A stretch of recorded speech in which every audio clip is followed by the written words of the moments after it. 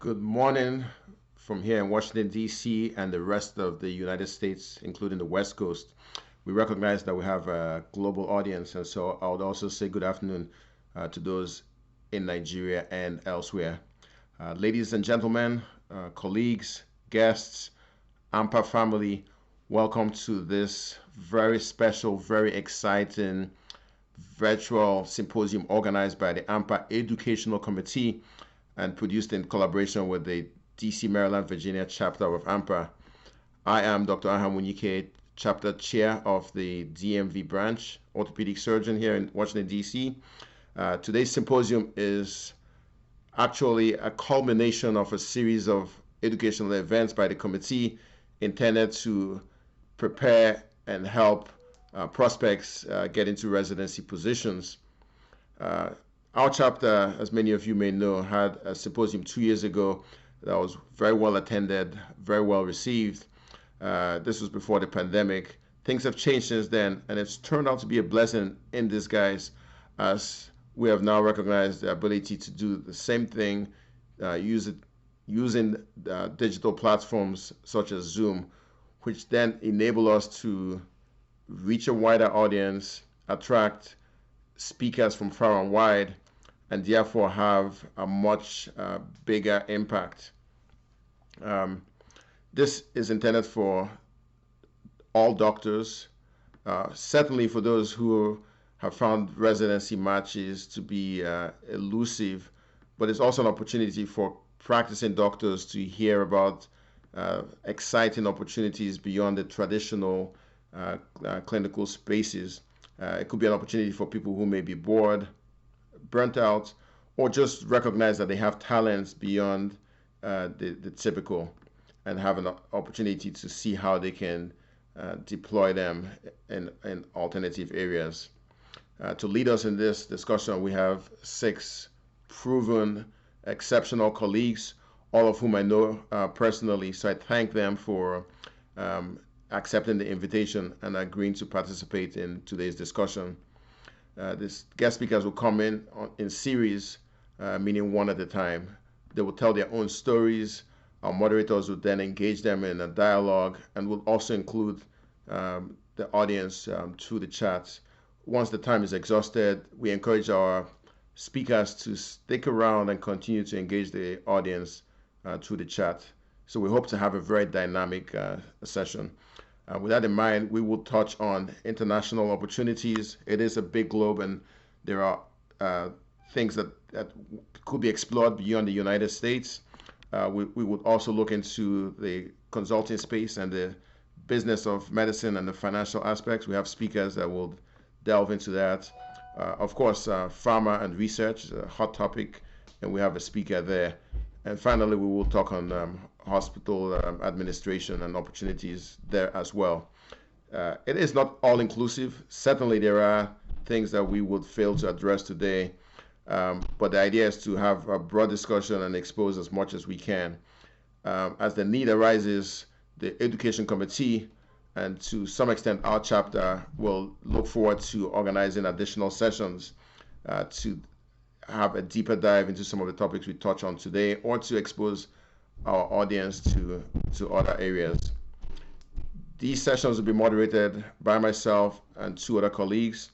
One of them is a fellow, I'll introduce next, is a fellow Educational Committee member, a man who has done tremendous work in that space, trying to help people match into residency and has helped people match into residency. He has done things individually as well as for the Educational Committee. I'm talking about Dr. Ayo Makinde, who is a friend of mine and a co-moderator today. I'll introduce Ayo and allow him to take over from here, and then he will make some remarks and then introduce our 3rd moderator. Without further ado, Ayo, go ahead, take over from here and unmute yourself. Thank you.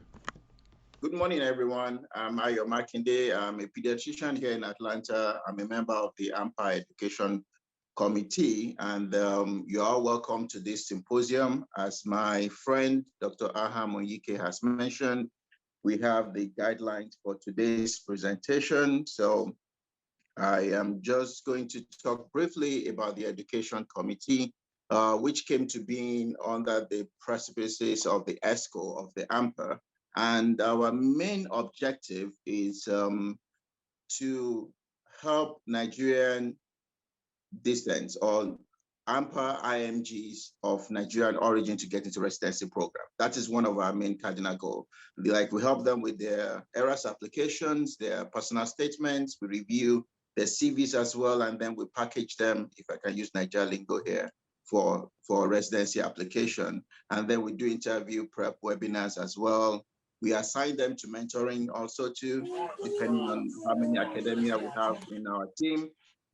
And also we assist them with financial resources. We had a lottery drawn last year for about 24 of them that won, and we give about $500 to each of them just to assist with the residency application. Also, we're planning on housing too and accommodation as much as our resources will contain. Next month, we'll have the onboarding process for the residents that have matched. And one of the cardinal goals of the ANPA Education Committee also is to have innovative ideas on board and also unorthodox pathway for either practicing physicians or physicians that are ready or that are yet to match. And that's one of the reasons why we're having today's symposium.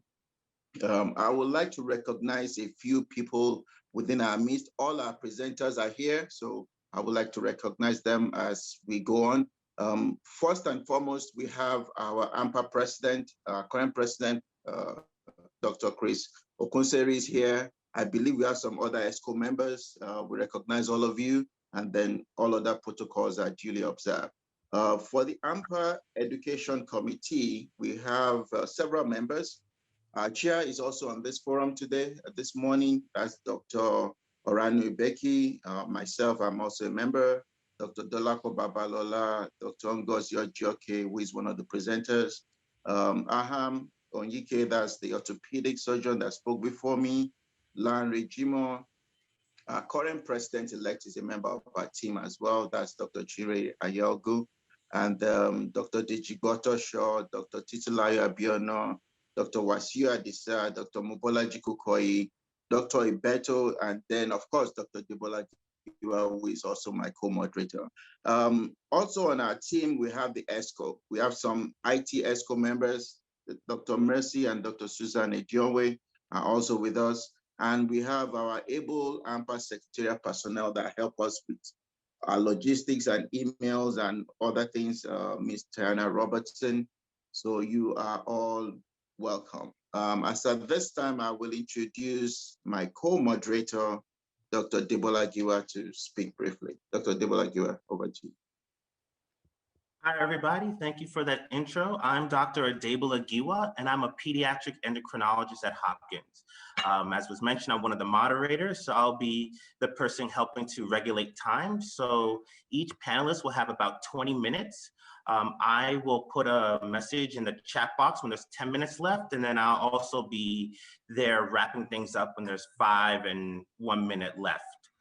If there's still questions after the panelist is done, you'll still have an opportunity to ask all the panelists together at the end of the session. In addition, I just want to thank you all for coming out, taking advantage of this great opportunity. I know it's a Saturday morning to learn about these different paths that's not always well advertised in academia. Funny enough, my own path went from very traditional to very non-traditional. So I went straight from undergrad to med school, to residency, to fellowship with no time in between. And then afterwards, I did everything except the usual. I got into locums, research, pharma, moonlighting.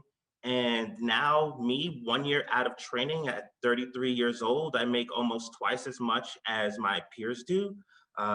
Drive a Tesla, credit score over 800, and I have great work-life balance. Our panelists have also been very successful, and if you listen up, maybe they'll also be able to tell you how to get on a path to success that you would greatly enjoy in the future. To introduce our first panelist, I'll pass it back over to Dr. Makinde. All right, thank you very much, Dr. Adebola Giwa. Our first panelist is actually a good friend of mine. we are privileged to have her. She's a doctorpreneur, like I would like to call her. She's a pulmonologist. She's very much interested in intensive care unit. That's what she practices here. She has her own practice. She has a wealth of knowledge that transpires, I will almost say globally, from Nigeria to Australia and then back to Atlanta here, where she resides with her family. She lives about 20 minutes from me. She's a mother of 5. She has an MBA as well. And Dr. Ngozi Orjioke is the one I'm talking about. And Dr. Ngozi, over to you. She's actually working today, so she will be transmitting, I believe, from the hospital. Dr. Ngozi Orjioke, you have the floor. So the word intensivist is officially in the dictionary. It does exist. Up until now, we called ourselves intensivist and we like the sound of it, but after COVID, it's actually being recognized. So when you look in the dictionary, you will find that word. So I do a lot of things. And I tell people that I feel like I'm an entrepreneur and the stethoscope is my platform and gives me a voice. So in addition to critical care medicine, which I practice across 2 hospital systems, I run my own outpatient. And in October of last year, I got involved in clinical research. So right now we have 4 clinical trials that are going on with me as a principal investigator, cutting across COVID to asthma. It's actually very rewarding because some of those drugs, when they get to market, it would be nice to know that we were part of that process. But for today, I'm going to be talking about the Australian experience, because there are people, regardless of what's happening right now in the US, they still do want to practice medicine. And if they're unable to get into the residency program in the US, the question is there anywhere else they can go? For some people, it's difficult because either you're married and you can't move your family. For other people, you're still single and you just want to practice medicine in an environment where it's fulfilling and it's rewarding. So I'm going to talk about my experience in terms of the Australian, I call it the Australian experience, because I do know people who have traveled to the Caribbeans and worked in Trinidad and Tobago, Port of Spain. I know people that have worked in Dubai, but my personal experience was in Australia. While I was still in Nigeria, after my residency, after my, your internship, your rotating internship, which we all have to do to be able to get our full registration in Nigeria, I knew I did not want to practice back home. And the reason why was because what I read in the books and what I saw did not match the experience I had. And so, trying to muddle through all of that, I had a friend who is also my sister, because I call her my sister friend because she's my biologic sister, but she's also a very good friend of mine. And she said to me, what about Australia? And they had gotten a job in a hospital called the Goulburn Valley Health System. And so I'm going to share that experience with you, and I'll explain how it works. So basically, Australia is such that the center of Australia is basically desert, and then around it, you have communities. And so there are areas in Australia that don't have enough doctors. So basically what they did is they formed something they called a rural workforce agency in every state. And the Northern Territories are actually classified as a completely separate entity when you get to Australia. And so these agencies, called the Rural Workforce Agency in the different states, can actually go through the process of finding jobs for physicians, IMGs. So anyone who did not train in Australia is also called an international medical graduate. And they find you a job in areas where there is need. And so during that first job, you have to work under supervision in the areas that need doctors. And the supervision is usually done by someone who's an Australian trained physician in his particular area of specialty. And you also have to work in an approved district of work shortage. So those are some of the rules that apply to the job piece of it.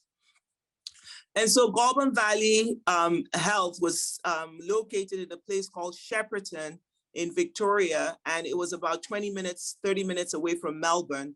And there was a need there, and that was when my sister had a job. And so they had approached me to see if I would be interested in coming to them to work.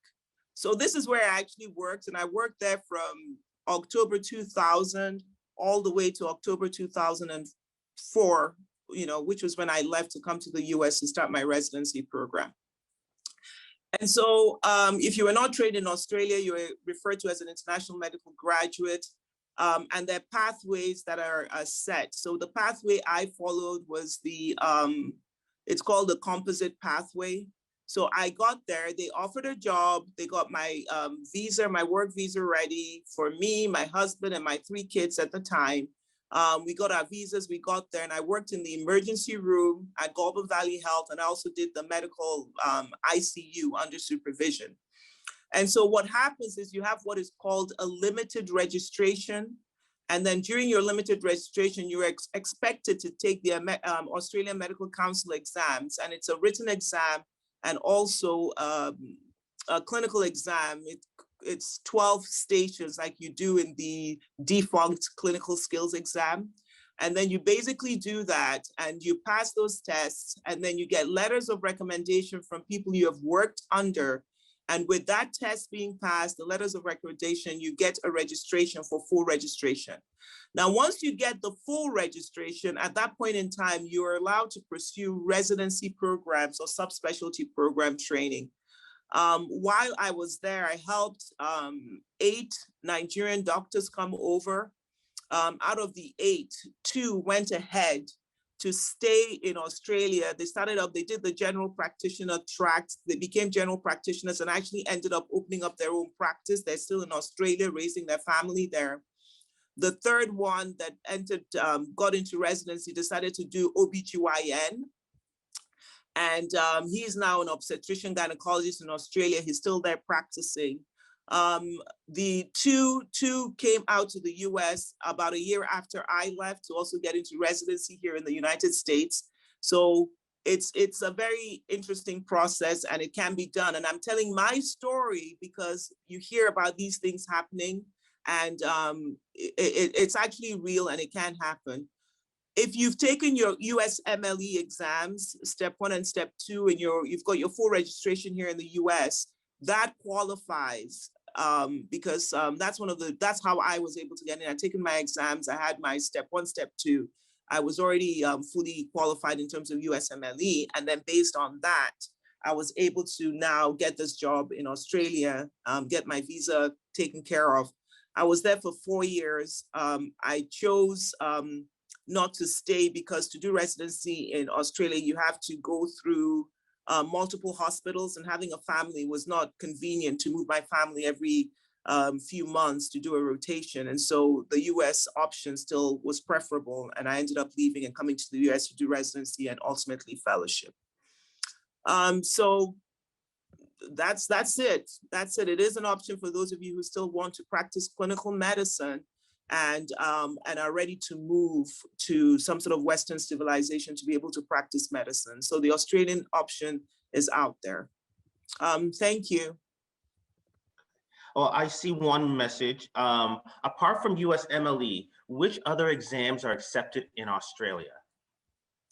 So they accept the Canadian exams, they accept the British exam PLAB, and then there's complex as well. I can get that information out to you, but at least PLAB I know is accepted. I know the Canadian board exams are also accepted. For those of you that might be interested in pursuing the Australian experience, I'm like Ayo said, I'm part of the educational committee and the board. So you can channel questions or, interest through the education committee. We have a portion of the website, the ANPA website is dedicated to us. So you can post questions there and we'll be able to see what we can do to help you and kind of push this forward for you. All right, thank you very much, Dr. Orjioke. Quickly, can you shed some more light on international investment as well? I'm not spilling your beans, but I know you invest in hospitals and you buy distressed clinics and all that stuff. Can you just shed some light for those physicians that are practicing? What are the opportunities? What are the legal loopholes that they can explore? What are the things to avoid? And how do you invest in other medical practice or anything outside medicine that's a business? Yeah, it sounds like a lot, but And if you can actually share with us what makes sense through the chat to put it out there. Obviously, we have a lot to talk about you two and many of our other numerous excellent speakers with tremendous experiences. However, we have a tight program, as you can see, multiple good speakers. And I suspect that question is going to be one that you cannot answer with brevity. But can you share some of that through the chat and stick around as long as you can? We know you're on call. We appreciate the time, but you can stick around and engage us further through the chat. This will allow us to now bring on our next speaker, Dr. Felix Ogedegbe. Dr. Ogedegbe is a fellow orthopedic surgeon. He's a good friend of mine. He is a doctor whose story is very fascinating. He had spent some time in Germany and UK after his initial training in orthopedic surgery in Nigeria, and saw Nigeria as a more attractive option, returned and has found that dream to be true, as he has grown Cedarcrest Hospital from a small clinic to a massive, well-respected, reputable facility. Without further ado, Dr. Felix Ogedegbe. Yes, thank you very much. Thanks everybody for the invitation. It's actually my pleasure to be here. I hope I am audible. Yes, you are. We can hear you. Okay, that's yeah, so I came back to Nigeria in 2006, and the idea really of going out in the first place was to get some training. I'll probably share the same with the last speaker. When you see a wide gap between what you're learning here and what the modern practice is as in the books.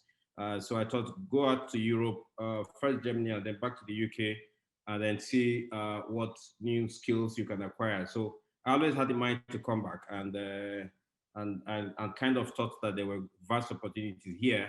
And of course, I still had the thought that perhaps I will see something that will change my mind about that initial thought, but I didn't see anything that kind of changed my mind.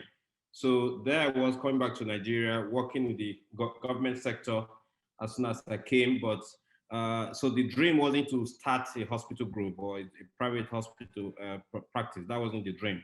The dream was try to get skills to be able to make a difference.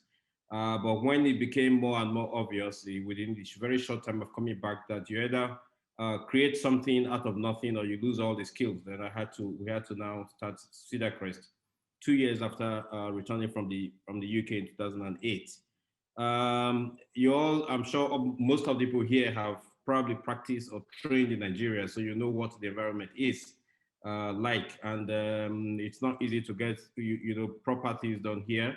And so some of us were ready to limit our battles as we could. So my first inkling was to start an orthopedic practice.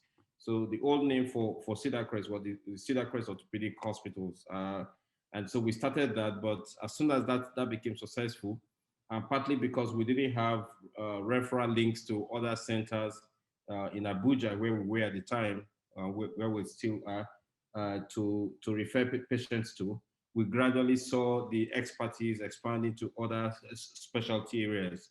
So we started off as an orthopedic center in 2010, became a private multi-specialty hospital.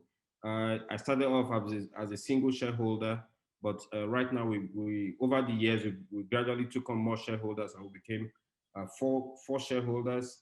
I also started off as being an orthopedic surgeon, a chief executive officer at the same time, but right now I do have a chief executive officer who actually runs the entire business.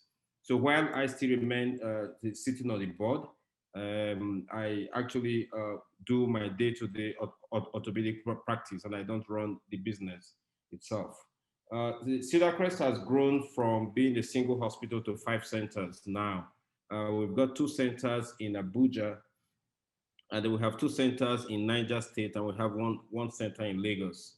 We have recently acquired another hospital in Lagos, and we are putting up a small 50-bed hospital on 5 floors in Lagos as we speak. So if you ask my views, the kind of things I thought were happening here, or I knew were happening here when I left and when I returned, actually still pushed the direction I decided to go.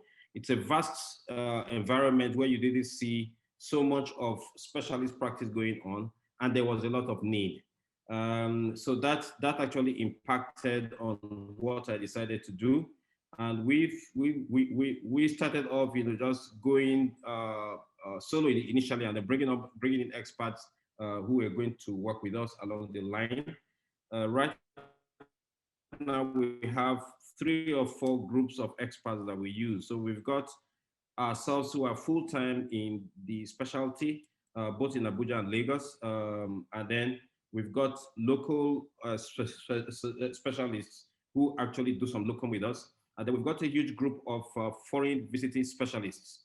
These ones will tend to be from the group of people who will come for, before the COVID era, who will come for 1 week in a month, and some will come for 1 week in 3 months. So, but everybody tended to have some presence, which was a defined presence, and we could actually get patients who they needed to work on, and then schedule clinics for them, and all of the patients got seen. So this has been our model. Really, we've used specialists from within and outside the country. We keep training and retraining.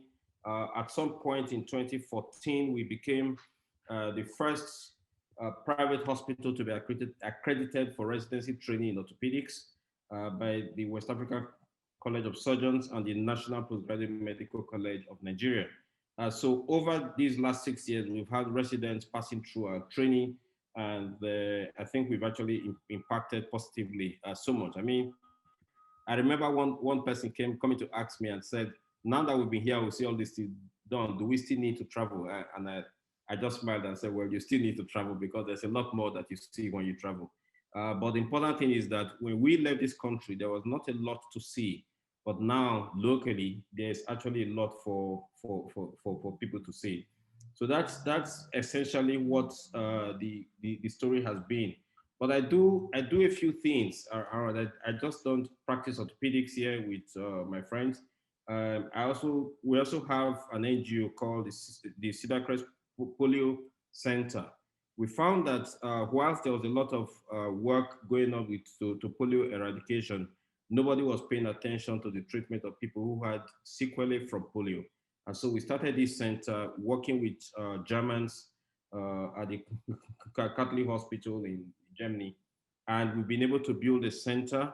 We're able to look after patients virtually free of charge, with some well-spirited people paying for the cost. And the modern treatment of polio, for those who are familiar with the therapy of polio, will know that a lot of reliance on orthosis, on ankle foot orthosis and knee ankle foot orthosis and things like that. And so we have actually trained local doctors in going away from the traditional methods of trying to do a lot of physiotherapy and surgeries to more of the use of orthosis in looking after them. So that's another very successful thing we've been able to do. We also found in the course of our work that a lot of patients who needed prostheses could not find them locally. And so we, in conjunction with Ottobock in Germany, we set up the Cedarcrest Prosthetic Center, and we've become one of the major suppliers of world-class high-tech prosthetics, upper limb and lower limb prosthesis in the region. So that's something that we've actually gone into, and we've done very, very well. I also sit on a few boards here and there. We try to do things for the government, just trying to let people understand that there are better ways of attending to trauma care and running hospitals and all that. So I currently sit on the board of one of the teaching hospitals. I chair the National Emergency Medical Treatment Service, which is an effort by the current Minister of Health to try to see whether we can have a 911 type of system running in the country. We've also been able to do a few things there. We're hoping that there will be the efforts there, all of the meetings and all that we'll be doing at the back will begin to use food in a short while. Apart from that, what else? I serve as the interim president of the Arthroplasty Society of Nigeria. In orthopedics mainly, my main practice is trauma and arthroplasty, hips and knees. That is what I do most of the time. So this is basically it. Over the years, we have actually gone from the core orthopedics where we started to neurosurgery, to spine surgery, and then now we're doing everything that you expect a moderate-sized specialist hospital to do. Recently, we have opened a cardiac program by we recently opened a cath lab, and in cardiac and vascular and neurovascular interventions have started here in Abuja. I think it's been a very good experience for those of you who are practicing in the US and either wanting to make a change or wanting to come back, or partly or fully, and see what you can do back home in this big expanse of land that has 200 million people down here. I think it's something that you need to really, really consider. I mean, we sit in Abuja here and we get referrals from all the states in Nigeria. And in addition to that, we've gotten referrals from Liberia, from Ghana, from Niger Republic, from the Democratic Republic of the Congo, from Cameroon, from all of the places around us, because we don't just have a regional, a national lack of healthcare resources in this country. It is a regional problem. So for those who think that they might want to look out of the box a bit, invest some time, invest some energy in looking at what can be done back home, I think if you get in touch, we'll be able to give you some closer insight into the opportunities and into how to get this done. Just have in mind that there's a lot of work to do. There's a lot of experience to get, but the opportunity itself is very, very vast. So I think with this little bit I've put down, what else will I add? We've been able to improve training in other areas as well. So now we're training interns in prosthetics and orthosis. We're training interns in, we've just been approved to train interns in physiotherapy. We are in line to be approved to train medical house officers. We're training interns in radiography. Thank you very much for that great talk. It's been very, very helpful and illuminating. But we also want to be sure to leave time for people to ask you questions. We already have a few coming in through the pipeline. We have about 5 minutes left. Right. Okay. Thank you very much. Yeah. Thank you. So the first question for you is, what bottlenecks did you have to surmount from the Nigerian government and the Nigerian environment in order to build such a structure? How can one overcome them? Well, I'm not sure that there are bottlenecks from the Nigerian government in that sense. As you would expect everywhere, there are regulatory requirements. But if you compare to what you have in the environment you already work in, this is not really, they're not really a big deal here. I think the most important thing people want to think about maybe financing, funding. We have grown organically, so we didn't kind of get funds to build a big structure all at once, but we've done what we've done over the last, say, 12 to 13 years. So bottlenecks really are not things that they're not big issues. So the regulatory environment is quite fair and lax, but for me, I think one of the most important problems, which I might not describe as a bottleneck, is the fact that there is no clear-cut reimbursement system where patients have means to pay for care. That itself is an issue. Are you fulfilled in your current field, practicing orthopedics in Nigeria and being a multi-hospital, how will I say now, entrepreneur? That's an interesting question. I'm absolutely fulfilled, extremely happy with what I've done, what we've done here. If I had the chance to go this route again, I would go the same. Absolutely fulfilled. If you imagine what patients go through to get proper care, and then when they find this kind of care at their doorsteps, you really, really understand. So we have people who've come back from other places with either because they can't pay for care or because things go wrong, and they then find that we're able to sort things out here that they were looking for elsewhere. You do realize that Nigerians like to travel for healthcare a lot. Yeah. So getting things close to what is ideal back home for them, I mean, they tell us every day how grateful they are. They pray for us. They're happy. We're happy. I'm extremely, extremely fulfilled. Yeah. Good. Thank you. The next question says, how do you navigate the erratic power supply? How much solar power do you use currently? Right. Right now, none. It's something we're looking at. We've actually had a couple of discussions with a German firm about, converting our roof space to solar power generators and all that. It's a discussion that is ongoing. It's something that we have considered, and I think that is something that most hospitals or most people looking at doing stuff here should consider. I don't have immediate experience to share because we have not consummated our plans for solar power yet. But I'll say on the back of that power generation is one of those struggles that one has to contend with. Okay. The next one is also almost piggybacking on that, says, putting the Nigerian economic situation into cognizance, is there a direct impact on your practice? Yes, there is a direct impact. Every time the economy goes south, we get more patients. Yes, that's as direct as an impact can be. And therefore, many reasons. So even with the COVID situation, we had a lot more patients than we usually have. Because again, where we sit in Abuja, a lot of people want to travel for healthcare.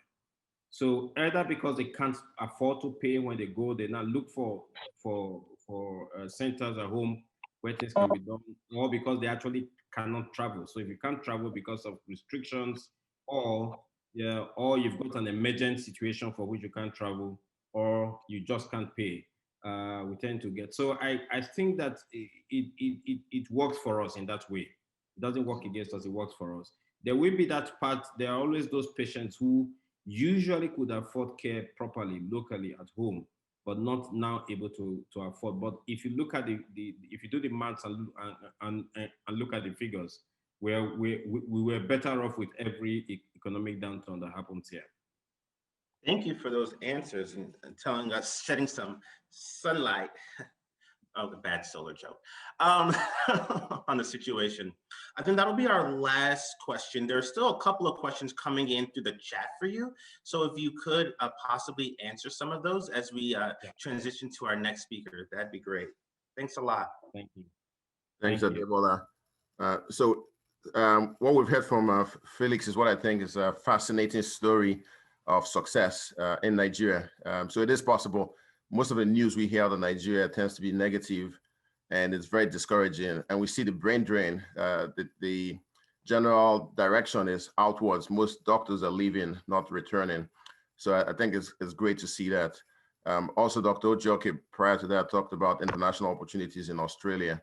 So it is indeed a global playing field, and there are opportunities beyond the United States system, especially as it has become almost impossible in some cases to find a residency position. Those are still practices within clinical medicine. At this point, we're going to pivot in a new direction where we're going to look at the financial side of medicine, consulting in particular. And I'm going to call Dr. Ayo Makinde to introduce our next speaker. Thank you, Dr. Aham. Our next speaker is someone I will call my very big brother. It's Dr. Yele Aluko, who is an institute physician. He's an interventional cardiologist. He was the former ANPA president several years back. He's a very strong member of the vibrant Carolina ANPA chapters, which promises to be one of the best chapters of ANPA in the country. He's an entrepreneur with one of the largest practices, physician practice in the Carolina that he formed. He is multi-board certified and is the current chief medical officer for Ernst & Young America. Dr. Yele Aluko, can we have you, please? Thank you very much. Pleasure to be here with this august panel, talking about very timely and important issues.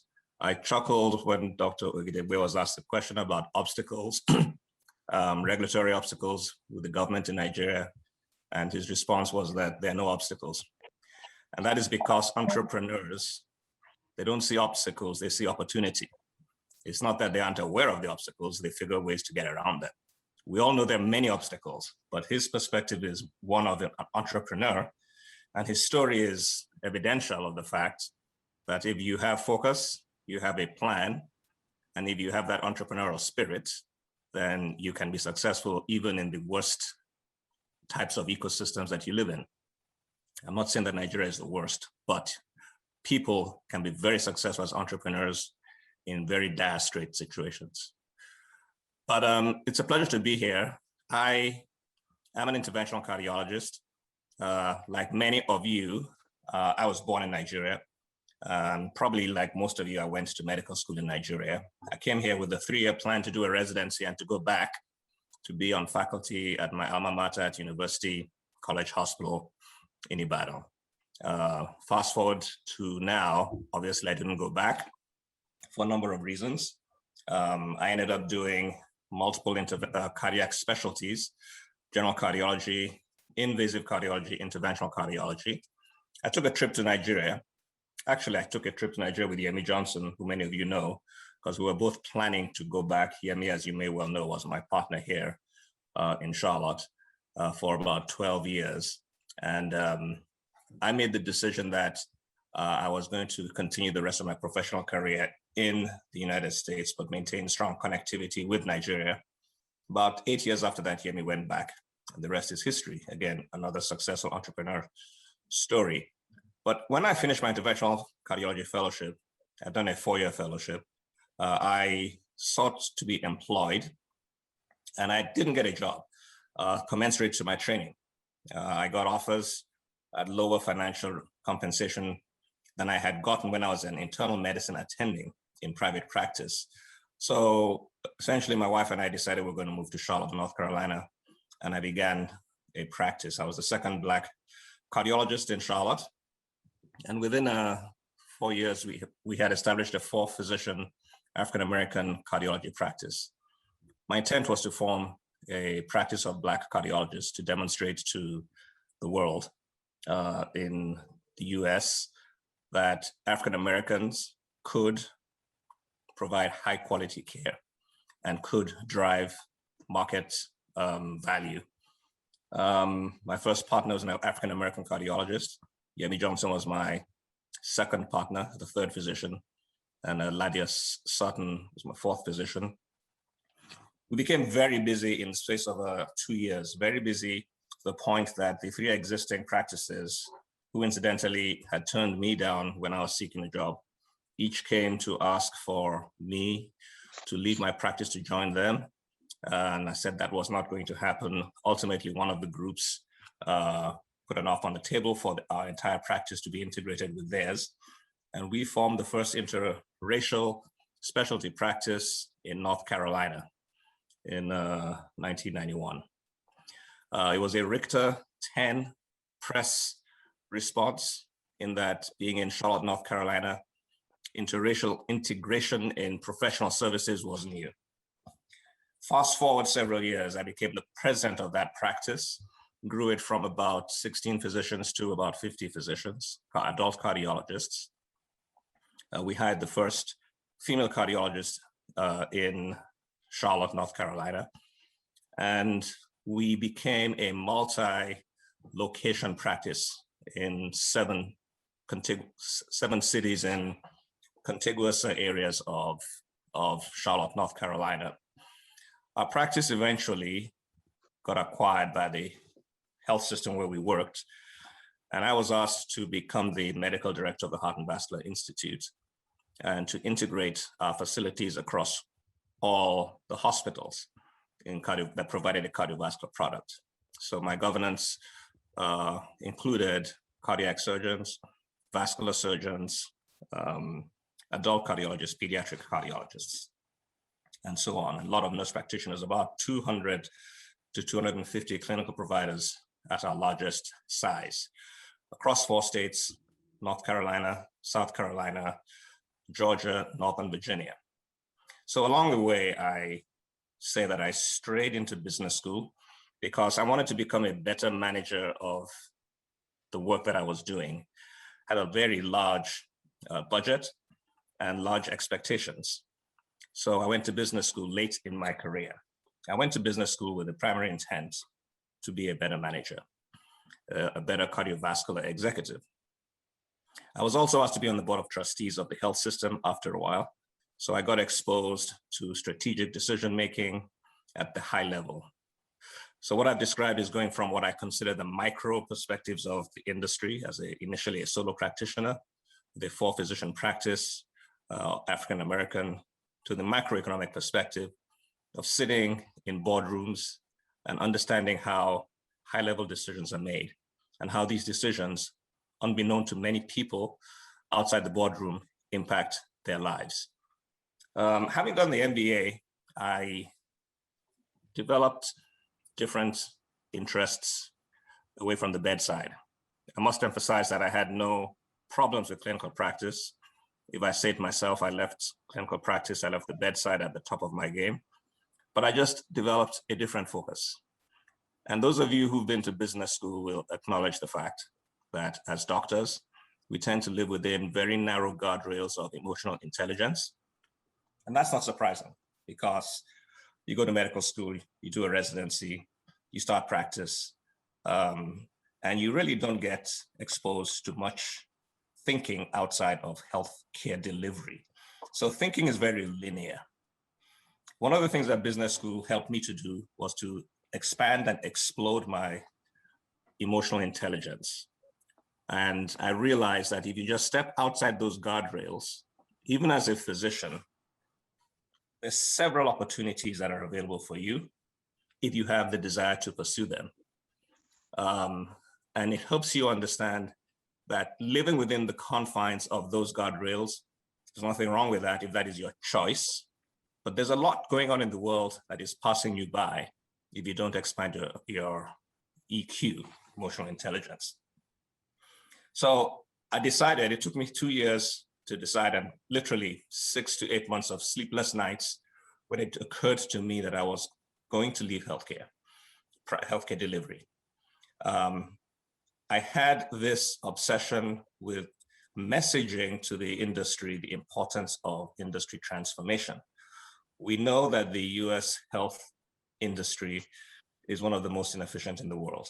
It's the most expensive. And if you look at large societal metrics of healthcare performance, like infant mortality, life expectancy, healthcare access, maternal mortality, you name it, the United States fares very poorly. So the concept of value became very interesting and important to me. And it was interesting because I had demonstrated in my work as a healthcare administrator that if you engage physicians around strategy and purpose, and if you develop alignment around the reasons why people come to work, and if you measure their performance and show them their performance, they begin to course correct. Everybody wants to get under the right position under the bell curve. So we had integrated across 14 hospitals into one cardiovascular product. We had gotten physicians aligned. We're able to demonstrate outcomes. We're able to demonstrate reasonable cost control. So I knew that that was something the industry needed. And I therefore began to seek a larger geographic footprint and a louder megaphone. That is why I began to look outside healthcare. So now I work at EY, where I landed. EY, formerly known as Ernst & Young. It's one of the largest consulting firms in the world. It has about 300,000 employees across 700 offices globally. The global headquarters is in the UK, in London. The US headquarters is in New York City. We have about 200,000 employees in our US practice. And EY does much more than health. We have what we call service lines. EY is known for tax and audit. But we also have a service line called business consulting. There's one also called transactions. Transactions refers to mergers and acquisitions. Business consulting is where I sit. Now, business consulting has multiple industry sectors, and we provide consulting services in all of them. You name it: retail, manufacturing, financial services, consumer goods, higher education, mining, minerals, technology, and of course, health. So I'm Chief Medical Officer in the health sector in business consulting across EY. Americas, and that is North America and South America. So I have an internal lens which provides insights to the health and wellness resources and utilization of our teammates, our employees. One of the things I've brought to the company is the notion that a business should have better visibility into the health and wellness and indirectly the resiliency of the workforce. And we can gain that by understanding how our people are using the resources provided to them. That has become very important in the context of COVID-19. I have a very broad external lens, which provides insight to healthcare clients across North and South America. And by healthcare clients, I'm talking about health systems, large physician groups, insurance companies, and to a lesser extent, I do work with big pharma medical device companies. I also have an external lens outside the health sector because with COVID-19, all industries are asking questions about how do they manage COVID-19, how do they maintain health and wellness of their people, how do they reconfigure their workspaces. So I will say about 30% of my work now is consulting with non-healthcare clients. Now, if a person is interested, a physician, Nigerian physician is interested in consulting, you have to first of all understand what consulting does. And I would suggest that it is not a good thing to run away from where you are and just pluck out of the sky consulting. You need to understand what it is and who are clients. All industries are clients for consulting companies. Consultants fundamentally provide insights and solutions for clients to help them achieve their strategic goals, help them perform better, help them grow, help them be relevant to their consumer base. It's important you understand the entry points into consulting. The most traditional entry point into consulting is after undergraduate school or after grad school. There are not a lot of MD, MBAs in the United States, but it's a growing number. But I would suggest to you that if you are interested in consulting or something other than just traditional clinical care, you should first find your purpose and find your passion. Now, my purpose and passion was lofty. It's to be part of transforming the US healthcare industry by way of articulating the value of large physician enterprises as being custodians and responsible managers of healthcare resources. In other words, holding doctors accountable for care, eliminating care variation and standardizing care. If you are a non-matched physician or a physician who's in practice and is seeking other grounds, there are different entry points. If you're not matched, you may want to consider getting a higher degree. And the typical higher degrees that position you for consulting, especially if you're a doctor, because in medicine, we have traditional linear thinking, and a Master's of Public Health, a Master's of Health Administration, Master's of Health Services Administration, Master's of Healthcare Leadership, or a Master's of Business Administration. These are all advanced degrees that help you get to the attention of consulting companies. But more importantly, it broadens your horizon and it helps you now begin to understand where do you think your own sweet spot could be. Thank you very much for filling us in about how to get into consulting.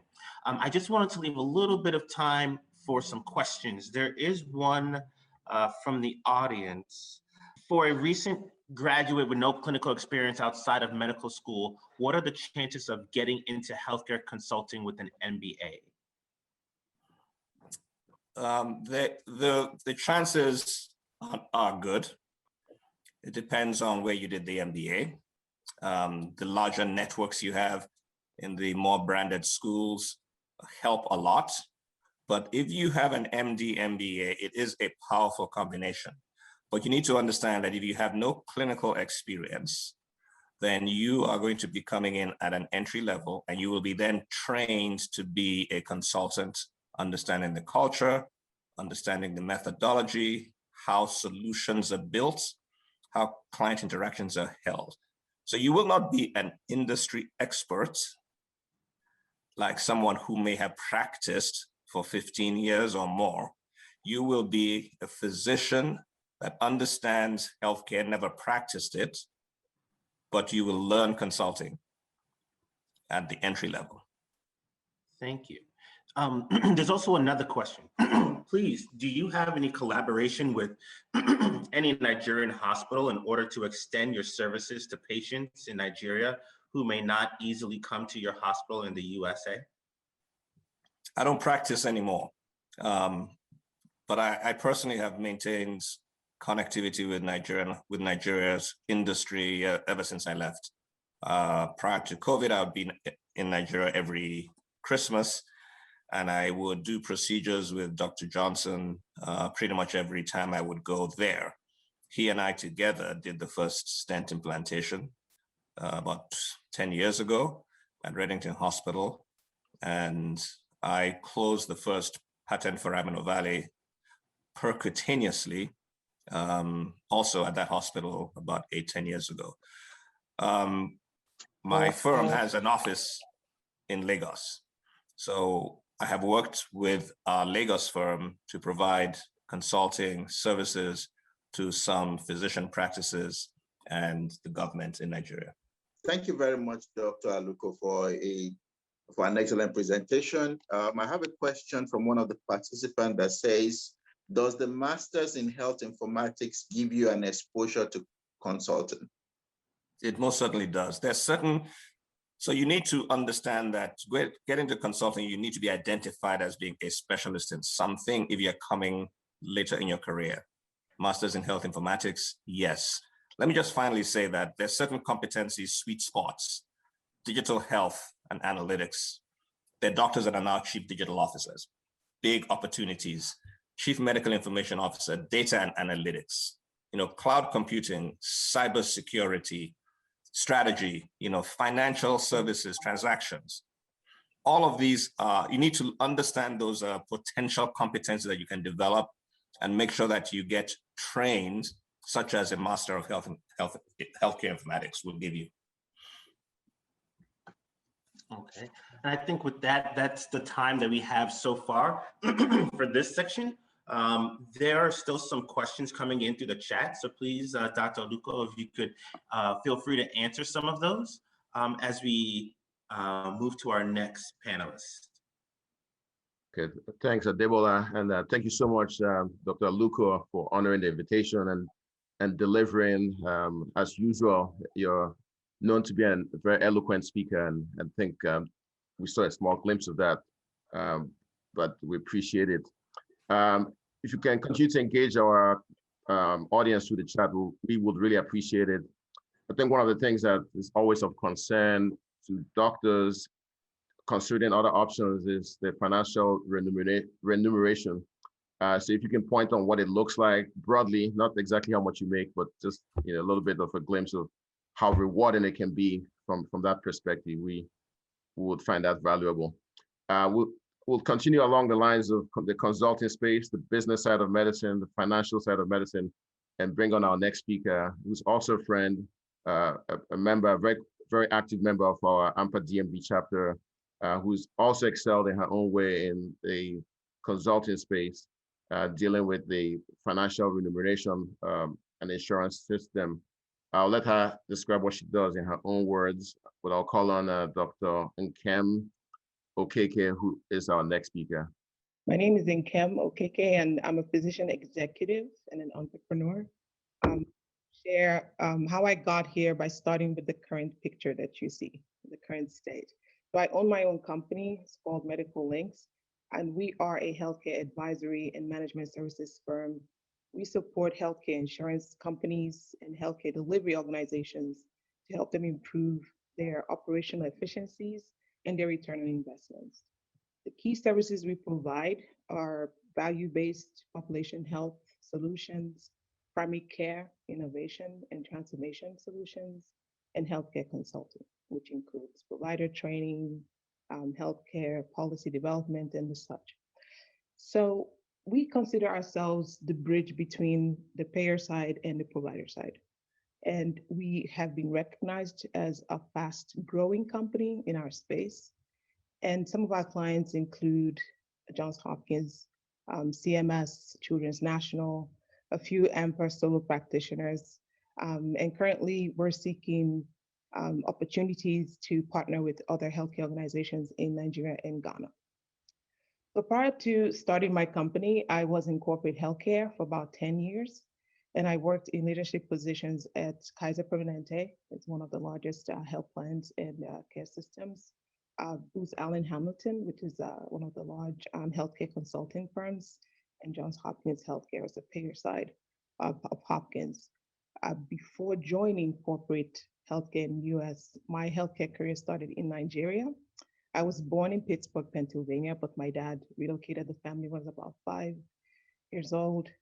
So pretty much I grew up in northern Nigeria. I went to medical school at Nnamdi Azikiwe University in the eastern part of Nigeria. And I completed my postgraduate training in general family practice at Kolebu Teaching Hospital in Ghana. So you can see I move around a lot. Thereafter, I practiced as a primary care physician for a few years, including as a visiting physician both in Ghana and Nigeria, before I finally relocated to the United States. And then over the years, about 2-3 years, I earned a triple master's degree in public health, business administration, project management, and some other certifications and fellowships, to name a few, and eventually transitioned to corporate healthcare, which I shared my journey already with you. So my career journey in a nutshell, and I consider that unorthodox, quite bohemian compared to most of my colleagues. So the audience here today want to know, what else can you do beyond clinical practice? You've heard from some of the speakers already. I'm thinking about this as two groups, right? One, those who did not match, go on the fence. Should I keep at this? Should I just forget about it? Or those who have already decided that they don't want to do the residency, proceeded residency track anymore. And the second group are those physicians who are already practicing, and you've been doing clinical practice for a while now and thinking about the next phase of your career. So regardless of what group you belong to, I have a few things I think you should consider, and I can give you examples of my story as I share those. So first is that you have to consider your life circumstances. So is financial stability an issue? For some of us who migrate to the United States, you still have some responsibility to send some money home, to get on your feet pretty quickly. And it takes quite a bit to sit down, study, and all the like. So it's not so much that you don't feel like, or you don't desire to follow your career path in clinical practice, but the circumstances are just not quite aligned. Being a new mother, being a new father, and all these other things. So everyone's story is different, so identify what your circumstances at the time. The next piece is to put the V back into value. Define what your values are. So you need to articulate what skill set has your medical background given you so far. And I think that's the beauty of owning, quote unquote, the MD background I have, because you'll be so surprised how many things I leverage. You've invested so many years already in doing this. And as Aham had mentioned, you've invested so much tangibly, intangibly, you don't want to lose those.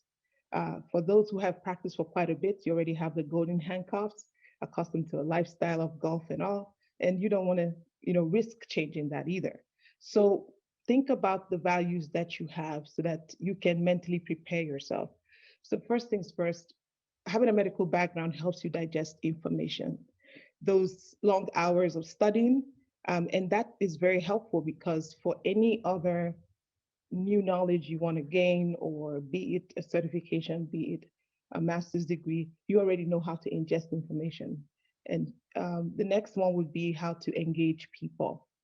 In your experience when practicing, you have 15-minute window to get in, see a patient, cut to the chase, make your differentials and treatment protocols that you need to follow. And you already sort of are trained on how to engage in real time and make the most out of it. You still need that regardless of what you choose to do in the healthcare industry space. You also learn how to think on your toes.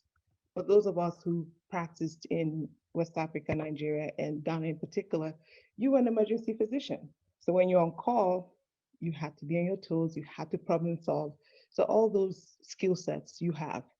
And then presentation skills, be it as a medical student to a resident, to an attending teaching, you have to present information in a very concise way so people get the message.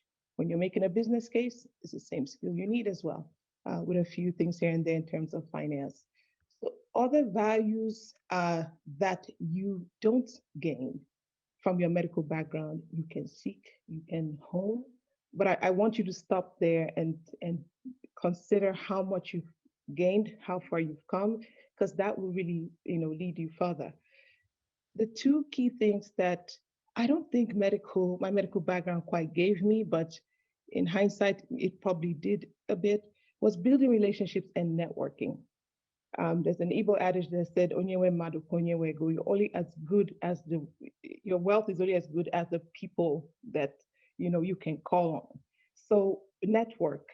Don't be all into the day-to-day, the grind, and forget that it does matter who you know. It does matter how you know them. And then dare to work alone. It was interesting. I think we're about 78, 80 in my graduating class. And I was the only one who left the country and then went to another country to do my residency. So just dare to walk alone if you do have purpose, as the speaker had mentioned before me. Find your purpose, and it may not be the same with others. Those who are truly your friends will stay your friends. My best friend is still close to me, even though our paths were completely different. She, England, Ireland, and now she has her practice in Canada. So it's something that you really have to dig deeper to find what your why is. And then pay attention to disruption that's going on in the healthcare space. Things have changed. So before, it used to be about the patient and how you practice medicine based on the tenets of the Hippocratic Oath. But now, especially in the US, it's now a nationwide system of financial complexities. You have huge entities that control hospital, health coverage, your pharmaceutical benefits and all for those in biopharma, and physician time. And this is all sitting on top of a network of systems that in some ways are connected, in other ways are disconnected. So begin to appreciate the ecosystem that you're in. And everyone is sort of trying to crack the code of how to align patient interest and health outcomes with financial sustainability. So think about leaning more into technology, business administration. Even if you do research, try and understand how your research brings in some sustainability into the system that you're in, and things like that. So you can think outside the box. And lastly, you should also determine what other knowledge gaps do you have? What do you think is the best way to close them? Again, back to how much you can afford to. You can have certificates in business administration. If you cannot afford the master's degree in business administration, it's never sort of a all or nothing. There's always, in the United States, one thing I love about it is that you always have something that you can hold on to. So those are the things I would, sort of wrap up with that you should keep in mind. And hopefully that helps you determine and form your idea of what you want to do, when you want to do it, and how you can take it to the next step. So I'll pause here. So I really want to give more time for questions, and then I will also continue with more information I may have, but I really wanted this to be more interactive with those who might be on the Zoom call. Adebola or Ayo, any questions? Thanks a lot, Nkem. That's awesome perspective. Very, very big picture, bird's eye view discussion so far.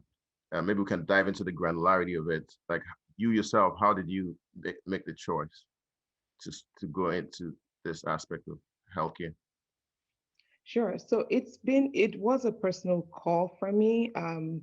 While doing my clinical rotations in school, I think I craved for more. I was not so interested in the frontline staff, which I would consider myself at the time, being told what to do by folks who were, the C-suite level. They never really came to the clinic. They never really did much. So out of curiosity, I always questioned, why do we have to do X? Why do we have to do Y? And I sort of wasn't sure at that point in time what I was going to do with it. But fast forward, when I was in Ghana, again, back to while you're in the line of business that you are in, pay attention to your surroundings, what's changing and whatnot. So while I was doing my postgraduate training in Ghana, fortunately, my uncle was the ambassador. So I was surrounded by a lot of expatriates, and US's presence is huge in Ghana. So there are a lot of grant-funded programs going on through USAID. And I got very engaged with understanding healthcare from a world or global perspective. So I knew that that would be probably the next step. So fast forward, I did come to Tulane and I did my public health, and I was very immersed in that space and trying to really understand how I could really change the world. I thought to join the World Bank to do more of that, but I became a mother and I had to make those adjustments and say, you know what, I want to be stable, stay local, so that I could raise my kids. And then that need to start moving more into understanding the workings behind healthcare made me go and obtain my MBA at George Washington University. And I never really stopped working after my MPH, thanks to online learning. So I could work in the day and I could study at night. And as you are trained to study, it came naturally. Of course, I had to balance that with making sure I could afford to pay for it. So working in organizations that afforded tuition support, reimbursement, or things you look out for. So those could help. And then after my master's, it was a double master's the second time, on the job at Hopkins, it was very intriguing to see how providers respect each other. So being on the payer side or managed care, health plan, depending on what term you want to use, is a struggle to see the insurance company as a friend on the provider side. So being able to be that bridge to work with the Hopkins community care providers and the Hopkins business folks on the payer side has sort of come up with different patient-centered programs to address overutilization of healthcare services and things like that was really very interesting. So I was just definitely in my zone.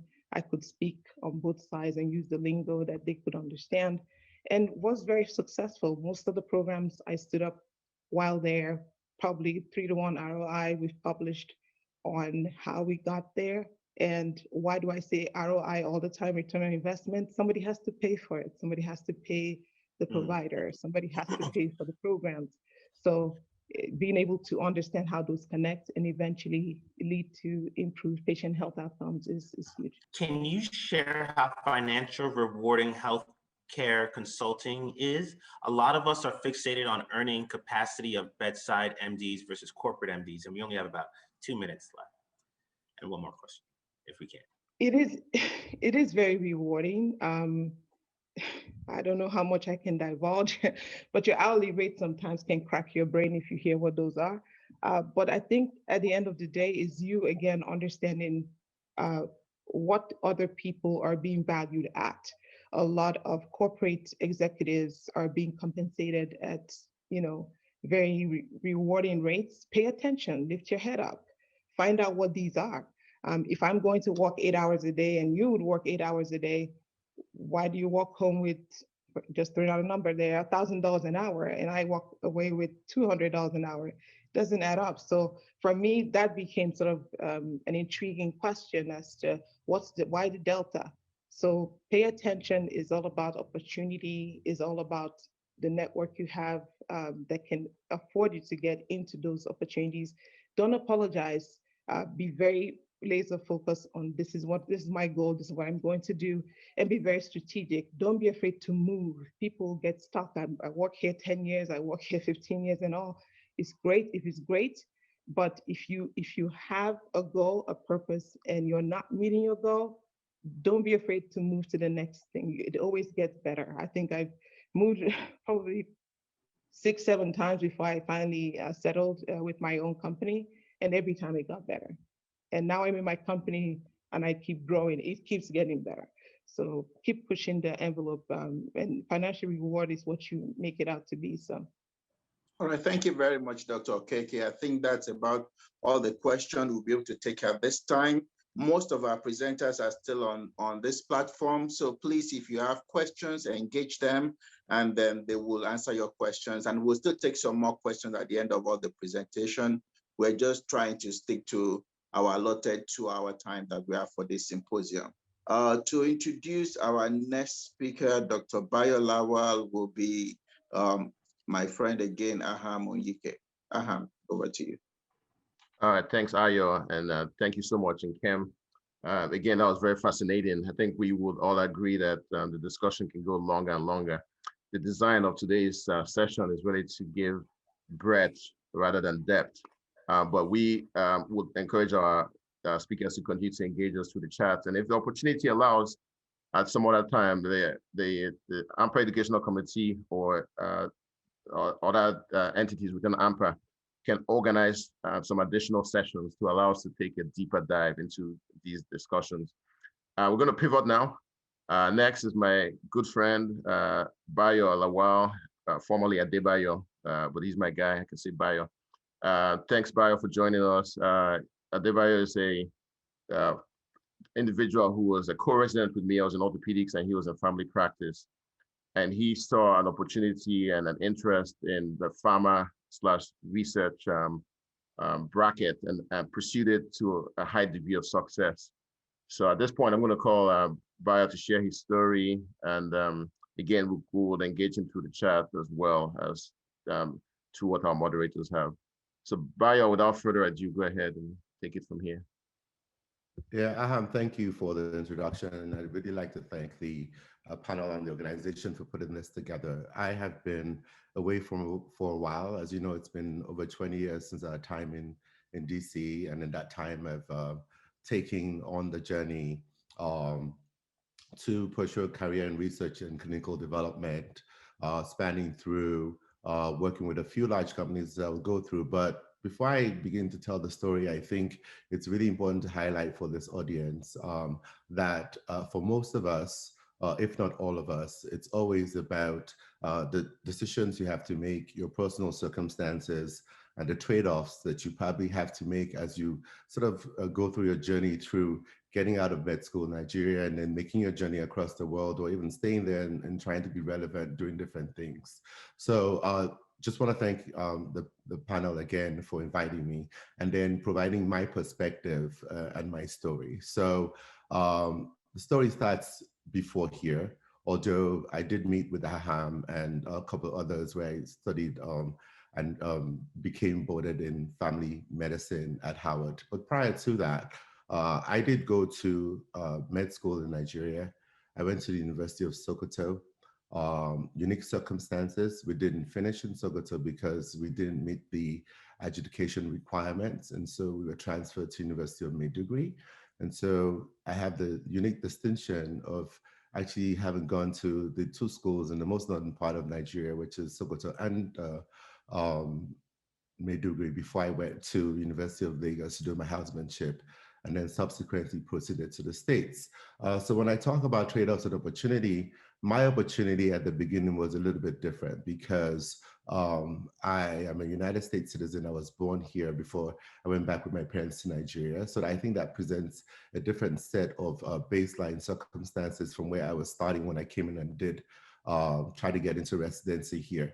However, I will say at that beginning, the choices that we all had in front of us were pretty much very similar, which is, what do you do next? What do you do with this medical degree? Is it easier for you to sort of perhaps not have to go to residency or probably get additional education? Is it going to be to your advantage if you can't get additional education because it's expensive and you have to make choices? What else can you do to fit into the system and then grow? And so I thought it was just important to sort of highlight that the unique set of circumstances are usually the things that are the constraints when you're starting, and the kind of support that you have, if it's available, helps with eventually how you get to where you're going. And so resetting that and just coming back and talking about the time since Howard. So I had this unique set of circumstances. There are one or two people on this panel here that actually recall that there was a farming system in Maryland, DC, Virginia, when you came back in those days, and you would work sort of looking through medical charts as a way to sort of bridge the gap while you're sort of studying for your board exams to get into residency and to see if you can eventually make it there. I did that with a couple of physicians, some on their way to residency, some in transition.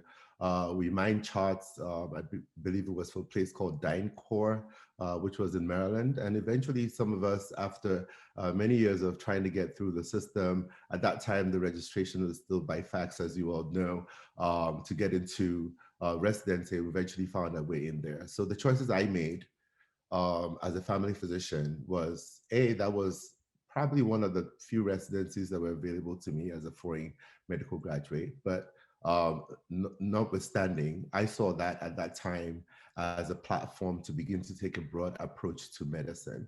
And so I used that circumstance of getting the family medicine to sort of try to build out how I would like the future to look in terms of what I want to do next.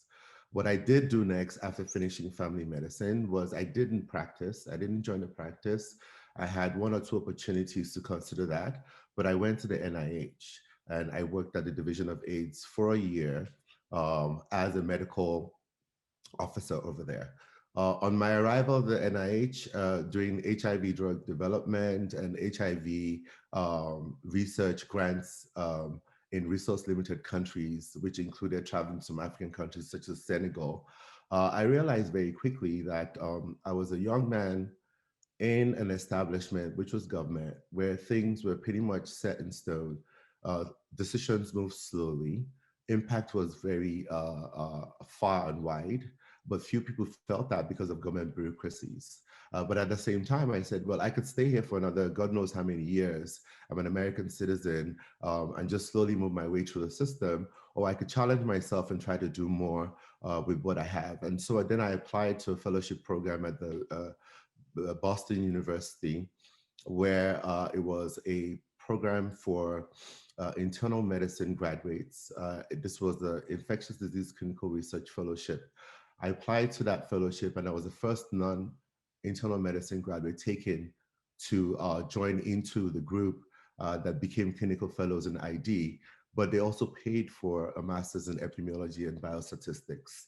And so just within 6 months of completing that, I got approached by Pharma because at that time, through the platforms they had, they were able to sort of see physicians who were either in training or who were coming out of particular programs. And so I was approached, and I was interested in sort of joining the drug development pathway. Having been exposed to it a little bit as a resident, but not by much. You had all these reps come around, try to explain to you what these different drugs do. But at the same time, you got to understand that they were the sort of the outward facing parts of the drug development organization, which is a minimal exposure for me at the time. What would have been great would have been if I had been involved with particular physicians in my residency program who were in drug development, clinical trials that were leading to approvals of very innovative products. But not having that exposure, the only type of research exposure that I had was what we did within our system, and then just my minimal exposure to MSLs. And so with that, I went down to my first job, which I had was with Roche. I started doing HIV drug development and hepatitis C drug development. That was because of my background in infectious disease clinical research fellowship, and the master's in epidemiology and biostatistics allowed me to sort of apply statistical methods to drug designs of drug developments, study designs that would lead potentially to the approvals of certain medications. So with that, I'm going to keep this a little bit short and just give you a couple of points, and then I'll take questions from the audience. Went from Roche doing HIV drug development, HCV drug development, went over to Bristol Myers, where I continued to do hepatitis C drug development. And then I went over to Abbott in Chicago and Lake Forest, where I continued again to do infectious disease drug development. And then after about 6-7 years in industry, I returned back to the East Coast, went to Boston, and then worked with a company called Vertex to do more HCV drug development. In the middle of all that, Vertex exited the business, and they decided that they were not going to be doing hepatitis C drug development, even though they were somewhat successful, but they wanted to focus more on cystic fibrosis. And so this was my entry point into an often rare disease, a niche disease that if you do unlock the code and the keys to sort of providing new treatment there, the financial benefit in terms of a targeted population that has an unmet need and that has no alternative treatment could be rewarding for some of these companies. Vertex pivoted into cystic fibrosis, slowly built up the cure for certain mutations, and they've remained a very strong company in cystic fibrosis, now branching out. That was how I got into orphan diseases. From Vertex, while I was there, I decided that if I was to remain relevant and really punch above my weight or meet my weight in terms of my effort and my outreach within drug development and that industry, I probably needed to go to business school. As one of the speakers had alluded before, there are very few physicians who do have this distinct ability to have had an MD and also an MBA. I think that sort of matters depending on what choices you make, what schools you make, what sort of decisions you make in terms of what is the most bang you can get for the school which you choose, considering your circumstances. Again, trade-offs. Some people would, try to get an MBA because maybe their circumstances make it convenient, but sometimes you may need to make it a little bit uncomfortable in order to sort of push to your maximum. So with my unique set of circumstances, being in Boston, I applied to MIT. I was able to get into the executive MBA business school, which was a part-time, they call it, business program for 20 months, which is 150 credits. And so if you look at it in that terms, it's really just called part-time just for show. It's pretty much just getting a full-time MBA. So you can imagine doing that and working full-time. But that sort of enabled me to get beyond the next barrier, which I'll talk about, which we physicians who are in research certainly face. You get my resume. My name is Adebayo Lawal. You look at the universities I went to University of Maiduguri and I went to school in Lagos. You look at the sort of work that I've done, minimal research experience, and you look at my CV, and if you submit that to any pharma sort of company, it doesn't really get the kind of look it should get for whatever reasons, but that's the packaging.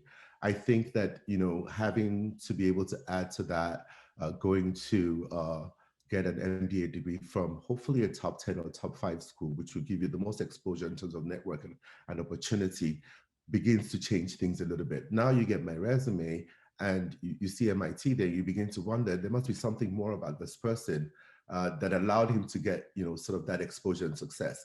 That began to create additional opportunities. And so very quickly, in the last sort of 6 years, since I've gotten that exposure, that degree added to the mix of things, I've had more opportunities. So I got tapped to come do gene therapy, which is a new evolving field, to find the cure for sickle cell and for hemophilia with a company called BioMarin. We weren't able to do the sickle cell because there's a lot of challenges. We're still working on it, but we've just released top-line results for the hemophilia A disease. As most of you know, most people who have this disease are getting 3 injections a week or 2 injections a month now with the new developed products from Roche that just come out. Yeah. Thank you so much for telling us so much about your story. It has brought up a lot of questions that people want to ask you. So I just want to make sure I leave some time for those. Our first one says, how can someone get into Big Pharma as a medical science liaison if they have not practiced medicine or have little clinical experience? I'll quickly address that by saying that there are 2 parts when you're presented with the opportunity to get into pharma. One is the board certified physician part, which allows you to be to have as much exposure in the clinical development pathway as a physician. So board certified physicians sign up on all clinical trials and sign up on all opportunities that are related to clinical development within pharma. The other pathway is if you're not board certified, which means you didn't go to residency, but you're a physician who holds a physician degree. You can pad that by either getting additional educational opportunities, which are not necessarily clinical, such as an MPH, an MBA, or an additional scientific degree. And with that, you enter a path where you get into pharma where you're not necessarily board certified, but you can go through the technical route. So we have non-clinical folks who are at par with different therapeutic areas within drug development. And so you can fit into one of those spaces. As an MSL, you're limited because you're not in clinical development. You're more like in medical affairs.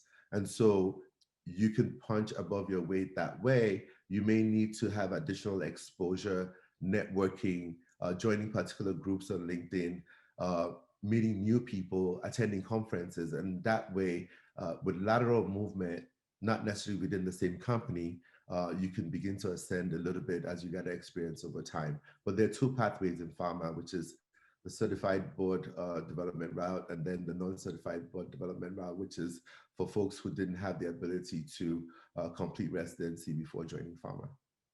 Thank you once again, Dr. Lawal. The next question says, the research field has lots of roles. Were you involved in lab research or as a principal investigator? I was neither involved as a principal investigator or even in the lab because I don't have that sort of basic bench research science degree. So my pathway is totally through clinical development and approval of products by having input into the design of clinical trials, monitoring clinical trials, and then packaging the results to the regulatory authorities. And that's the path that I play in drug development. So from the principal investigator standpoint, those are practicing physicians who are participating in research trials. Some of them eventually end up being poached by pharma, and some of them decide not to sort of join pharma and continue their clinical practice or with academic institutions and continue to contribute that way through clinical trials that we sponsor. Okay, thank you very much. The next question says, I see a lot more people with a nursing background in the clinical research field in the US. Does this mean competition for or fewer opportunities for NDs? I think that, as one of the speakers has said before, that one of the most beautiful things about at least being in the United States is that there's always a niche for someone who has a different set of skill sets and who's determined to overcome the challenges in order to sort of fit into a space and be relevant. And that's where the particular sort of fine tuning and sort of how would I put this, developing and sort of targeting how you can sort of maximize your background and your circumstances with the opportunity and your goals. So I would never say to someone that there's no one way to do it. And I would never say to someone just because they're not a physician, but they're in healthcare, because of the competition, to think that they're any less equipped, to sort of succeed where certain barriers don't exist. So, obviously, the barrier of having a board certification will be there depending on where you're trying to go. But there are other places you can apply yourself. And without even the board certification or the residency, with just being a physician, you can ascend very quickly through the scientific route, which is where most people who are in the industry today who are not physicians, how they ascend. It could be through regulatory, it could be through commercial the space. It could be through data analysis. It could be through the for pharmacists and for others alike, it could be through biometrics, PK analytics and things like that. And for some people who are even like maybe lawyers, it could be sort of corporate development, business development, and there's enough space in there for non-physicians or even people with non-science backgrounds to really get into this industry based on their original sort of academic foundations. All right, thank you once again. We have Dr. Hazy. You have a question for our presenter? I don't have a question. I have a comment. As a citizen, senior citizen in the pharma industry, thank you guys in the education committee for putting this together. My comment, overall comment, is to take this to regular sessions. Each one of the key speakers invited deserves at least an hour to 2 of presentation. There's so many questions that cannot be resolved, but very good content so far. My recommendation is plan another session very soon and give more time to each individual speaker. Thank you. Okay, thank you so much. I think most of us would agree that that's going to be very, very valuable and absolutely well received. Today was to give a broad array of options, and I think we've had some success with that. We also had to leave out some other exciting options just in the interest of time and common sense. At this point, we'll go on to our final speaker, also a good friend of mine, Dr. Ahaghotu. I think Dr. Adebayo Lawal and Nkem Okeke had elaborated on the idea of getting uncomfortable to do something different from what we normally are accustomed to doing.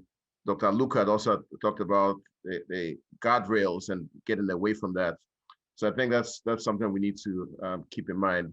Also, the fact that the medical degree is one that can be leveraged in so many different directions, and the medical space broadly has tremendous opportunities globally, internationally, and here.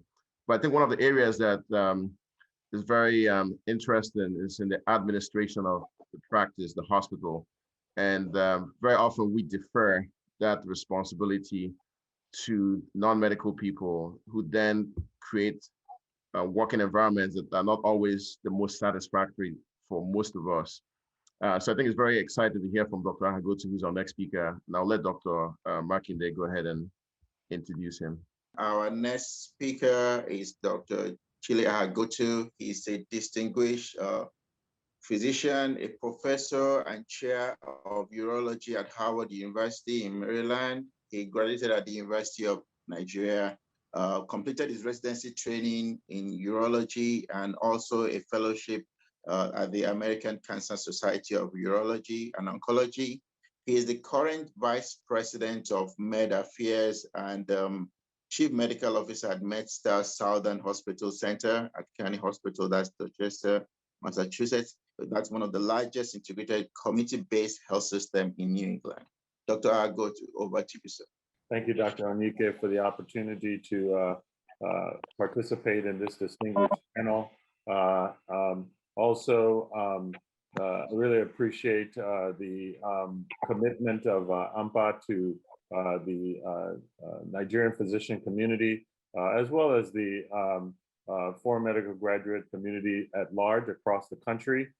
This kind of forum is essential in not only expanding the quality of the workforce in the United States, but really giving our emerging physician leaders an opportunity to look at different avenues to evolve on their leadership journey. So this is actually quite fantastic. The speakers I've heard have been just phenomenal. And one thing that always strikes me about this session, because I think I've been it a couple of times, is the diverse pathways that these successful physician leaders have taken. It's always just striking the different ways that you can become successful, find professional fulfillment, and really differentiate yourself in various fields related to healthcare as a physician. And it also really speaks to what a physician means to healthcare. There's a lot of, as I think Dr. Okeke mentioned, there's a lot of evolution going on in healthcare in the United States and globally, and questions around the future of the physician. What will the physician look like? What will a physician look like, 20 years from now, with all of the technology evolutions, all of the various financial and operational things that are happening in the field? Where will physicians fit into all of this? And so, it's just always impressive to know that physicians will always participate in our healthcare delivery system in extremely meaningful ways. My story, and I'll be very short so I can open this to any questions. My story is fairly similar to some of the stories I've heard, in that, I was actually born here in the United States, and in the early 80s, my parents relocated to Nigeria. I was in college at that time at Howard University, and was able to transition back with the rest of my family, and fortunately got into medical school in Nigeria, at University of Nigeria.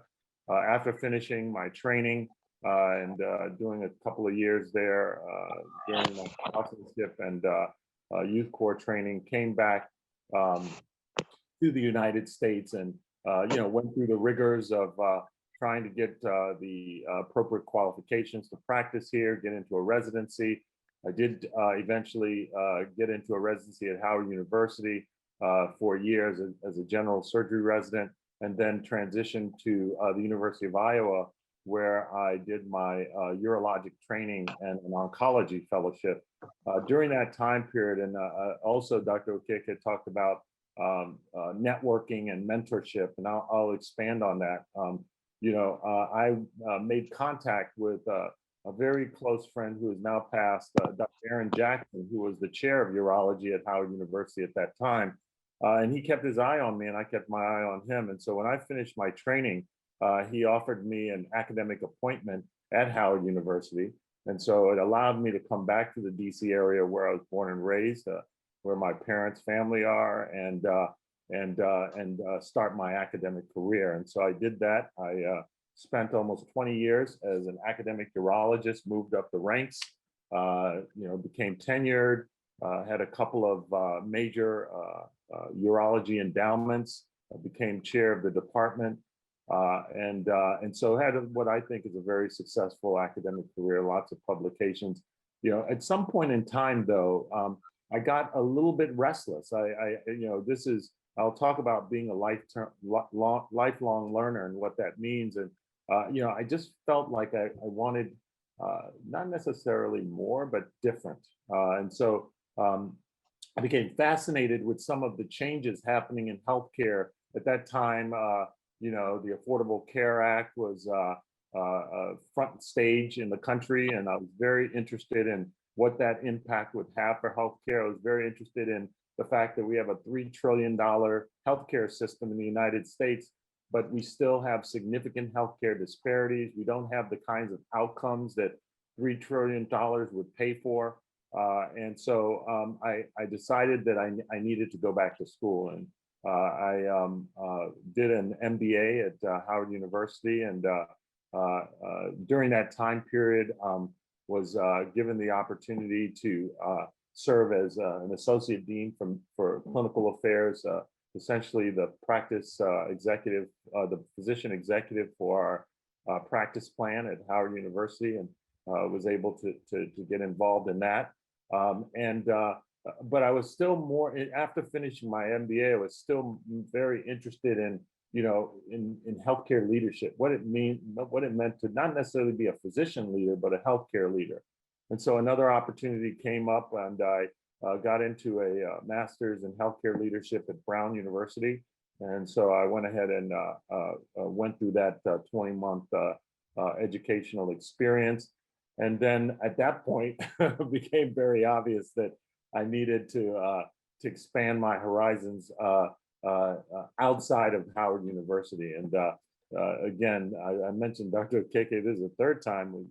Your short talk really resonated for me because one of the challenges I had was being essentially an established academic urologist in the DC area. What would it mean to leave? And then that's a very scary thought. And but fortunately, some of the education, that educational experience gave me not only the tools, but the desire to do more. And so left the DC area and went to Boston, where I took my first job as a chief medical and operating officer at Stewart Carney Hospital in Boston, and then found my way back to MedStar Health as a chief medical officer at MedStar Southern Maryland Hospital Center. So it's been a quite a circuitous journey, but it's been fun, and I do think that it does get better, especially if you look at it from the right perspective. Every time you make that move, every time you invest in yourself, it definitely translates into something positive. So let me just briefly touch on 3 areas. Our previous speakers have really done a complete discussion on what I think are very important topics for physicians who are interested in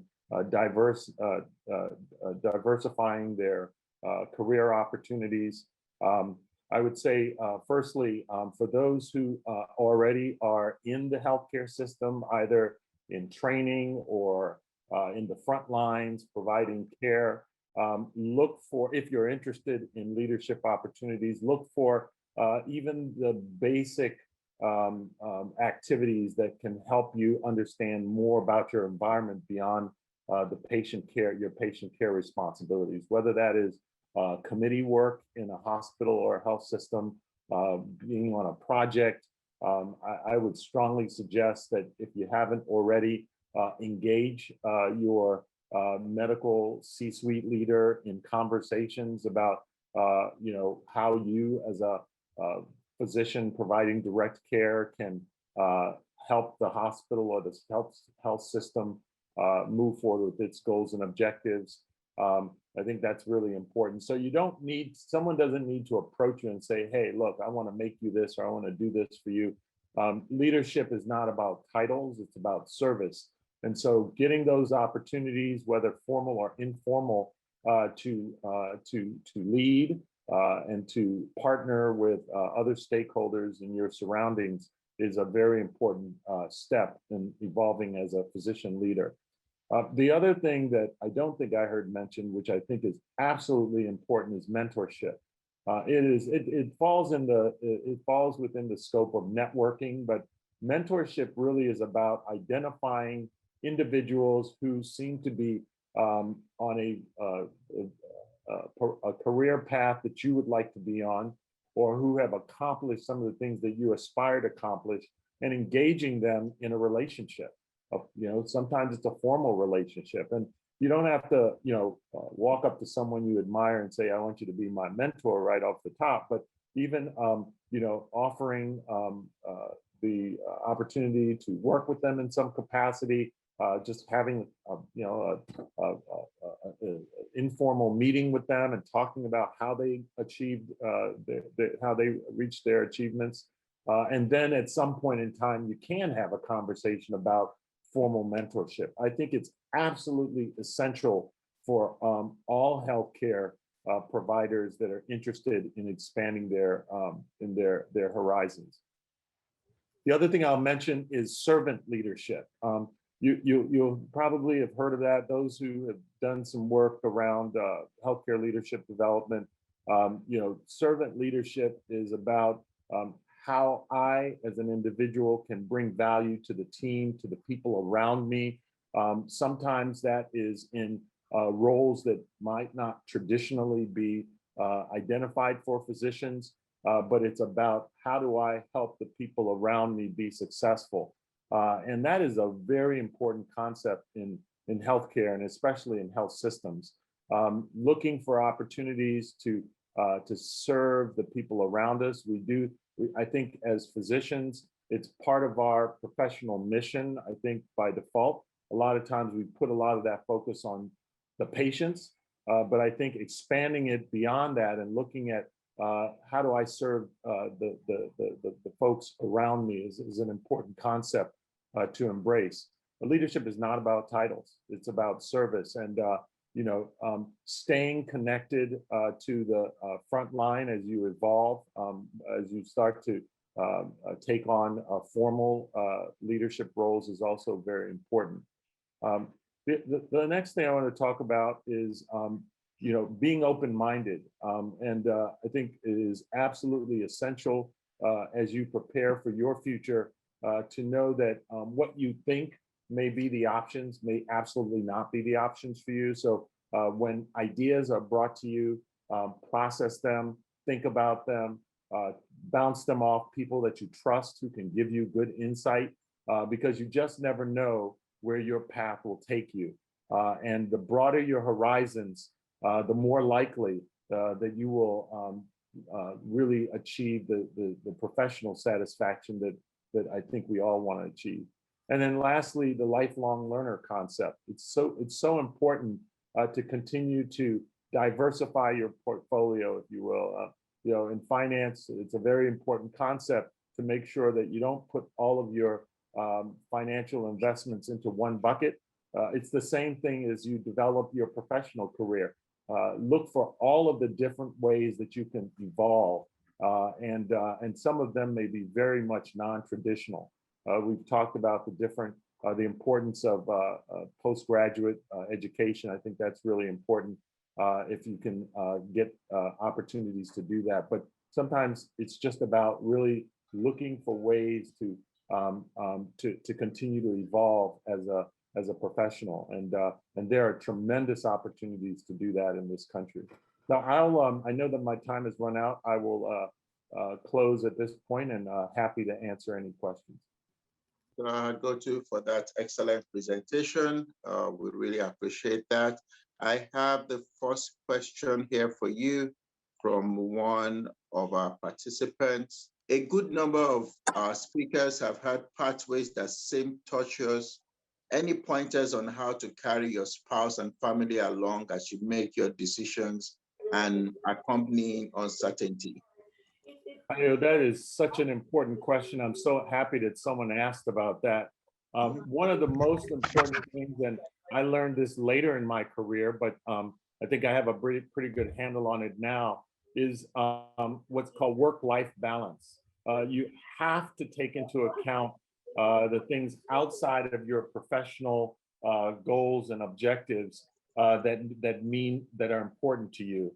Without that balance, it's very easy to get into a tunnel and not have the perspective about your career and about your life in general. And so what I would say is at the early part of your career, begin to build a relationship with your loved ones, whether it's your spouse, whether it's your children, if they're at the age where you can have adult conversations, but particularly if you're married with your spouse, so that your spouse can really understand what your goals and aspirations are, and that also that they are valued, that they're important, that their input in your career is important. I think it not only is more likely to make you successful career-wise, it is more likely to give you the real fulfillment as a human being that we all need, that goes way beyond getting a degree or getting the big job or what have you. We often, at least I can only speak for myself. It's not unusual to think that next big job is a lot more than it actually is, because once you get it, you're on to something else. And so that ability to find satisfaction often comes from outside of your professional endeavors. And that's why it's very important to have that grounding with your relationship with your loved ones. All right. Thank you very much again, Dr. Ahaghotu. One other quick question. Can you highlight the future relevance of your current position and your anticipation for the next generation? What a great question. What a really, really important question. I often ask myself that all the time. As I think one of the speakers mentioned, hospitals are integrating into health systems. Their business operations are evolving. They're scaling and taking advantage of larger scale resources in order to be financially stable. And the chief medical officer traditionally is the sort of person in the C-suite who speaks on behalf of the physicians, someone who almost translates the language of the physicians to the other folks in the C-suite. But the reality of it is that's not enough. The current company I work for, MedStar Health, which is the largest regional health system in the Washington, D.C. area, is an extremely integrated system. And so my role goes way beyond the traditional hospital CMO. I'm actually a corporate employee, and I have operational responsibilities. I have corporate responsibilities. And so I think that to answer your question, CMOs, VP of Medical Affairs will continue to be relevant as long as we continue to bring more and more value to the table. So it's not just about being a doctor police. It's about how do I help to not only translate the physician perspective into clinical operations, but how do I show the organization that physicians are more than just caregivers, that we bring a perspective that is extremely important in the viability of hospitals and health systems. And also we have to be able to be operational experts. We have to be able to run hospitals. We're seeing more and more CMOs transitioning into the CEO role. That was not something that we would see 10 to 20 years ago, but that is definitely a trend across the country. And I think it's because physicians are expanding their portfolios. Physician leaders are expanding their portfolios and bringing more to the table. There is a person, and since we're now near the end, since you were our last speaker and we're near the end, we also open it up to, besides question just for you, for anybody else on the panel. There was a question, are there any emerging opportunities in media? I am a Nigerian trained doctor who is a professional photographer and filmmaker. Let me attempt to take that one. And I only do that because I love to dance. If my dad had let me, Beyonce's job was mine. So, and for the longest time, my colleagues in school thought there was something off. Now they don't think so. But I think, I wish I knew Sanjay Gupta then. He's a journalist and a neurosurgeon. And I think just becoming aware of what is called job sculpting. There's a Harvard Business Review article on that. You have so many dimensions to you. And this is not just for physicians, lawyers, anybody. The world has changed where you don't have to be unidimensional anymore. So I love that. I'll tell you as a business owner, what does that bring to the table? We have to pay a lot of money in marketing, in sharing to the world. This is what we do. That involves photography. I recently was supported by a branding agency. So that creativity, that art is very important. It sells. So please hone that, don't let it go. And what I would advise is that if that yearning is strong, find a way to begin to, identify positions within the healthcare organization. For example, if you already, say, a clinical practicing physician and there's somebody who's overseeing the marketing department that ties to you, see what projects you can get on so that way you're honing that skill while you're still doing clinical practice. If you have a friend who owns a studio who's recording this completely outside your organization, in the weekends, go record a song. I'll buy it. So again, there's multidimensional pieces, directions that people have. And I think when you bring your authentic self and people just enjoy, I mean, I always surprise folks and they surprise me as well. So embrace it. Yes, and to add on to that, definitely want to reach out to your media department at your hospital or institution, because especially with how prominent social media is nowadays, having somebody with those actual skills to keep those platforms alive and vibrant is very helpful. And then also to add to that as well, I actually have some experience in that. Kind of in the media, but not exactly the photography filming. But when I was a resident, I was actually a television medical consultant. So I would go on different TV shows like Empire and Chicago Fire, and I would give them advice about what it's like to be a doctor so they can make the scenes more realistic. And that also let me be an extra on some of the shows. So I'm actually, a little fun fact, I'm in the first 2 minutes of the first season, first episode of Empire. I was a nurse. So I got to meet Terrence Howard on set and we chatted and things like that. So yeah, just keep your eyes open for opportunities like that. There's different Facebook groups that let you get involved in things like that. I think it's an untapped opportunity. The broader context of media and journalism. As you will notice in the context of COVID-19, there are very few African-American physicians in positions of consistent visibility around messaging, and particularly when the disparities in outcomes impacts minorities the most. It's a special skill to be able to deconstruct complex medical issues and interpret that in a manner, verbalize that in a manner that lay people understand easily. And you can see people like Sanjay Gupta, Jonathan Reiner does it very well. So anybody on this panel could actually be a medical journalist if they so desired.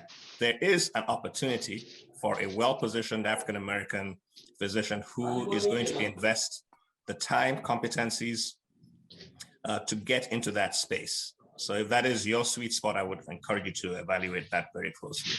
I just wanted to say this as well, just to kind of buttress what a lot of the panelists have said, and I know I spoke, and I think it's this thing of thinking in silos, thinking that just because you're a physician, you cannot do these other things that are associated with practice. As a resident, you are allowed to participate in hospital committees. And I did that. And if you saw at the end of the presentation I did, there was a hospital article. There was an article that was done in the local news about me and my son and what we brought to the table in terms of me being a Nigerian working in Australia. I'm involved in clinical practice. It's one of the divisions. I call them lines of service. So I'm involved in the media. I have a recording that's going to take place on Wednesday that I'm going to be talking about pulmonary fibrosis. So I don't want you to just tie yourself down into this role of I am a bedside physician, or I can't do this, I can't do that. There are multiple parts to you as a physician, and for you to have done what you have done and to be where you were not ordinary. If you look at the bell curve, you are at the other extreme of the bell curve in terms of the normal population. So you're not ordinary. So I don't think you should box yourself into thinking that you can't do this and do that. I think you can explore, you can reach out, you can network, you can be mentored, there's so many things you can do, and you have a whole lifetime to be able to express yourself in all these different areas. So I think as panelists today, I really do want you to take away the understanding that you are not just a doctor who carries a stethoscope and takes care of people that are sick at the bedside. There's so much more to you. And just because you didn't match doesn't make you any less of a physician. There are other opportunities out there, and you just need to get out there and start, taking some risks, calculated, intelligent risks, but risks all the same. I just wanted to add that. And I haven't completely enriched by this whole session today, so I'm part of the education committee, but I want to say kudos to the education committee. It's been a great time for me this afternoon. Awesome. Awesome. Thank you for those comments. We appreciate them. There was a question for, I guess, any of the panelists. Are the pathways for practice similar to physiotherapists from Nigeria, or are there differences? Please advise. Well, I will say that in consulting, any clinical discipline can do very well. There are several nurses in consulting at the highest level. I have a couple of physiotherapists in my team that are partners as well. So fundamentally, it is you have an understanding of the industry from your particular vantage point that you're willing to expand and bring value to conversations. But when you buttress that with an additional advanced degree, then with the competency training and the commitment, then it becomes organic. You become a valuable asset to the team. So it is very possible. And let me add something to that as well. Since you're already in physiotherapy, other things that are, again, budding in the disruptive healthcare environment is health and wellness. So seeing how you can ride that tide of wellness, that also being a social determinant of health and all whatnot, are things that you should also think about and tap into, and that definitely can even make you more visible in the consulting space. And now, as our conference is winding down, there's also one comment I also wanted to make as well, a little word of advice. You know, we've gotten a lot of great information from all of our panelists and speakers here. And one of the things I think that's also been helpful for me getting to where I am is, and some things that the other panelists have mentioned, is the importance of networking. So you want to make sure that you're prepared to network. So make sure you get your interacting, your social skills up, know how to make small talk. And then especially now in this technological world that we're in, make sure that your social media is also on point as well. A lot of research is shared through Twitter, and a lot of opportunities actually come in through LinkedIn. So if you don't have an account, make one. If you have an account, make sure it's up to date and highlights your skills and opportunities. I was actually going to go into straight clinical work, and somebody recommended I make a LinkedIn account, and I did, and then I actually got a few opportunities through LinkedIn, which has actually helped me get my pharma job right now. And it's hard for me to imagine how I'd be right now if I didn't have those networking opportunities. So make sure that you are networking and that you're ready to meet people through that way. And with that, speaking of networking and mentoring, I know there were some questions about how to get more involved in ANPA, how to get more involved in our mentorship platform. We actually have one of our people on our mentoring education committee here to tell you a little bit about that. Before we go to that, Dr. Giwa, let me just interrupt quickly. Thank you to all our distinguished panelists for your excellent presentations. At least I took some notes, and I'm sure every participant too will have been enlightened today. One of the key things from today's lecture is to think outside the box. Like Dr. Aluko said, step outside the comfort of your emotional intelligence. That will help you a lot. As a physician, there's several other things that you can divest into, and there's several upcoming opportunities like investment and entrepreneurship and all kinds of things that you can do. Even if you're still preparing for exam or you are about to be burnt out as a practicing physician, there's so many other things you can go into. Hospital administration, med informatics is there, and also be a lifelong learner. That is a good concept that we have to stick with. And job sculpting is another thing. So if you are a good dancer like Dr. Okeke or Dr. Giwa dances very well. He didn't mention that. He's a great dancer. He takes over the floor. If you're a good dancer, if you're a good photographer, if you're a good blogger or vlogger, like they say it now, just do good job sculpting, and that will enhance you as a physician or as a trained doctor. Also, your leadership skills. Like Dr. Ahaghotu says, honing your leadership skills, serving the community, that also helps also. So thank you to our distinguished panelists. Thank you to all our co-moderators.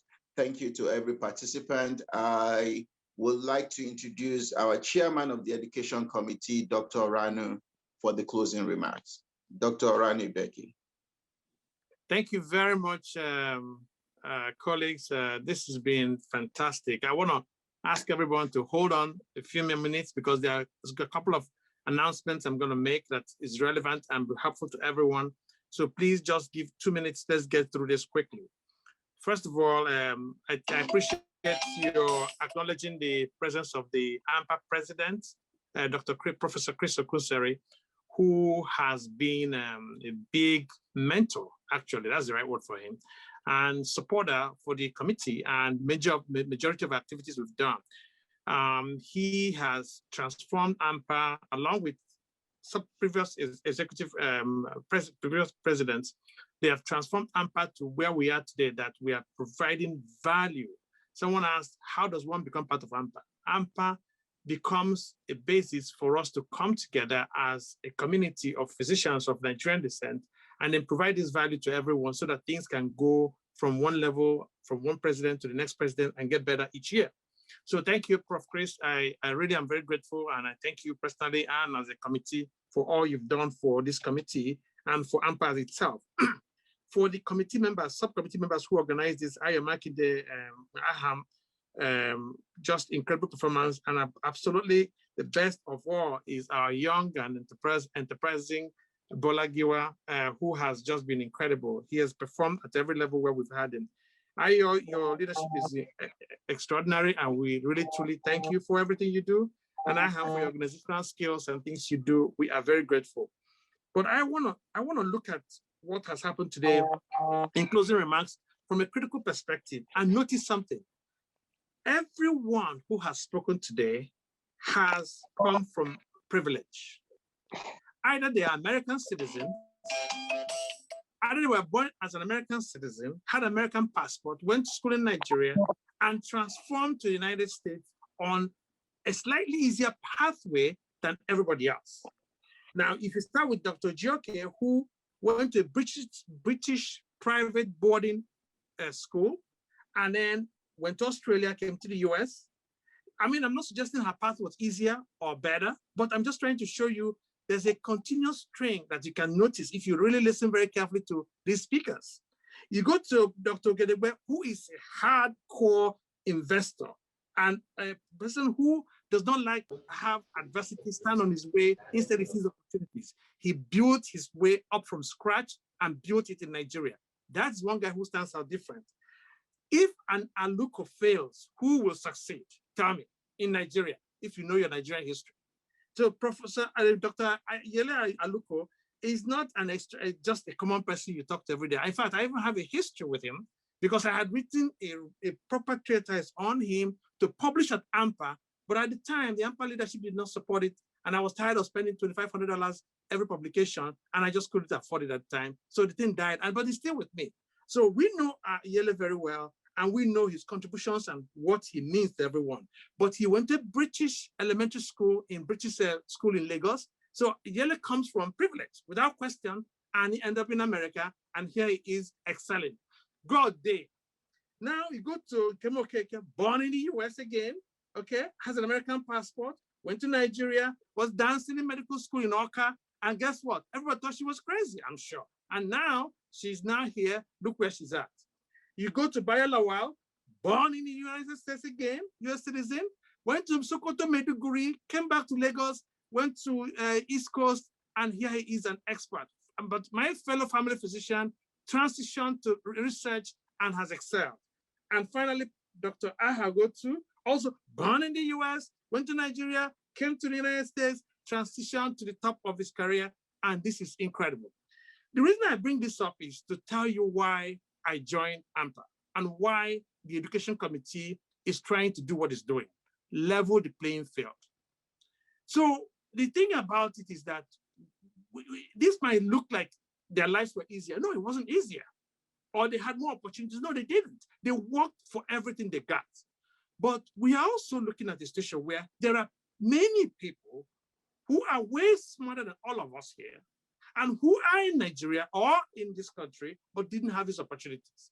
And so what this presentation has done today is to create alternate pathways for everyone to say, yes, you couldn't get into residency. Yes, you're a fulfilled career physician, but guess what? Your MD certification and training gives you liberty to do so much more than you can imagine. And so when you see individuals who have succeeded from their different routes and get to the highest point of their careers, you realize, yes, I too can.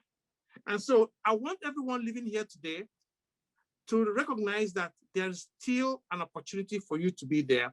That when they say the Nigerian immigrant group are one of the most successful groups in America, there's a reason they say that, because we really are.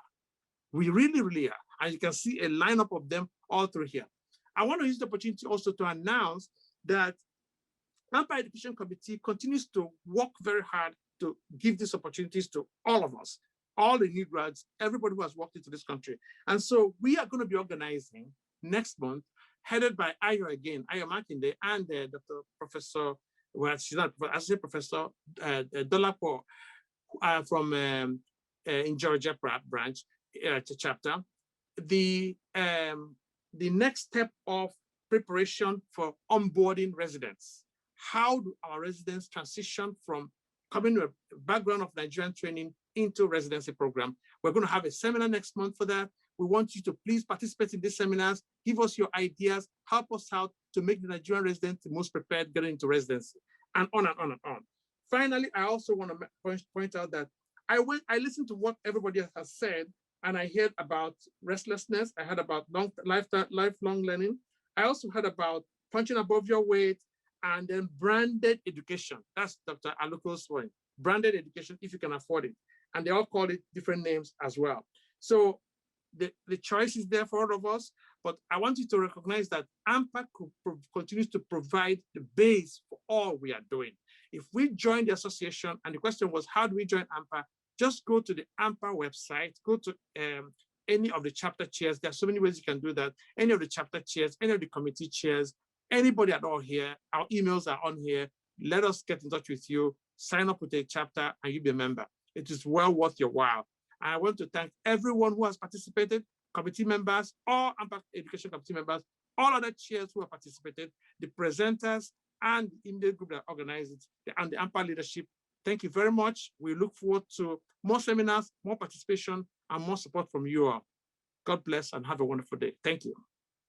Thank you, everyone. Thank you, our chairman of our education committee. Have a great weekend, everyone.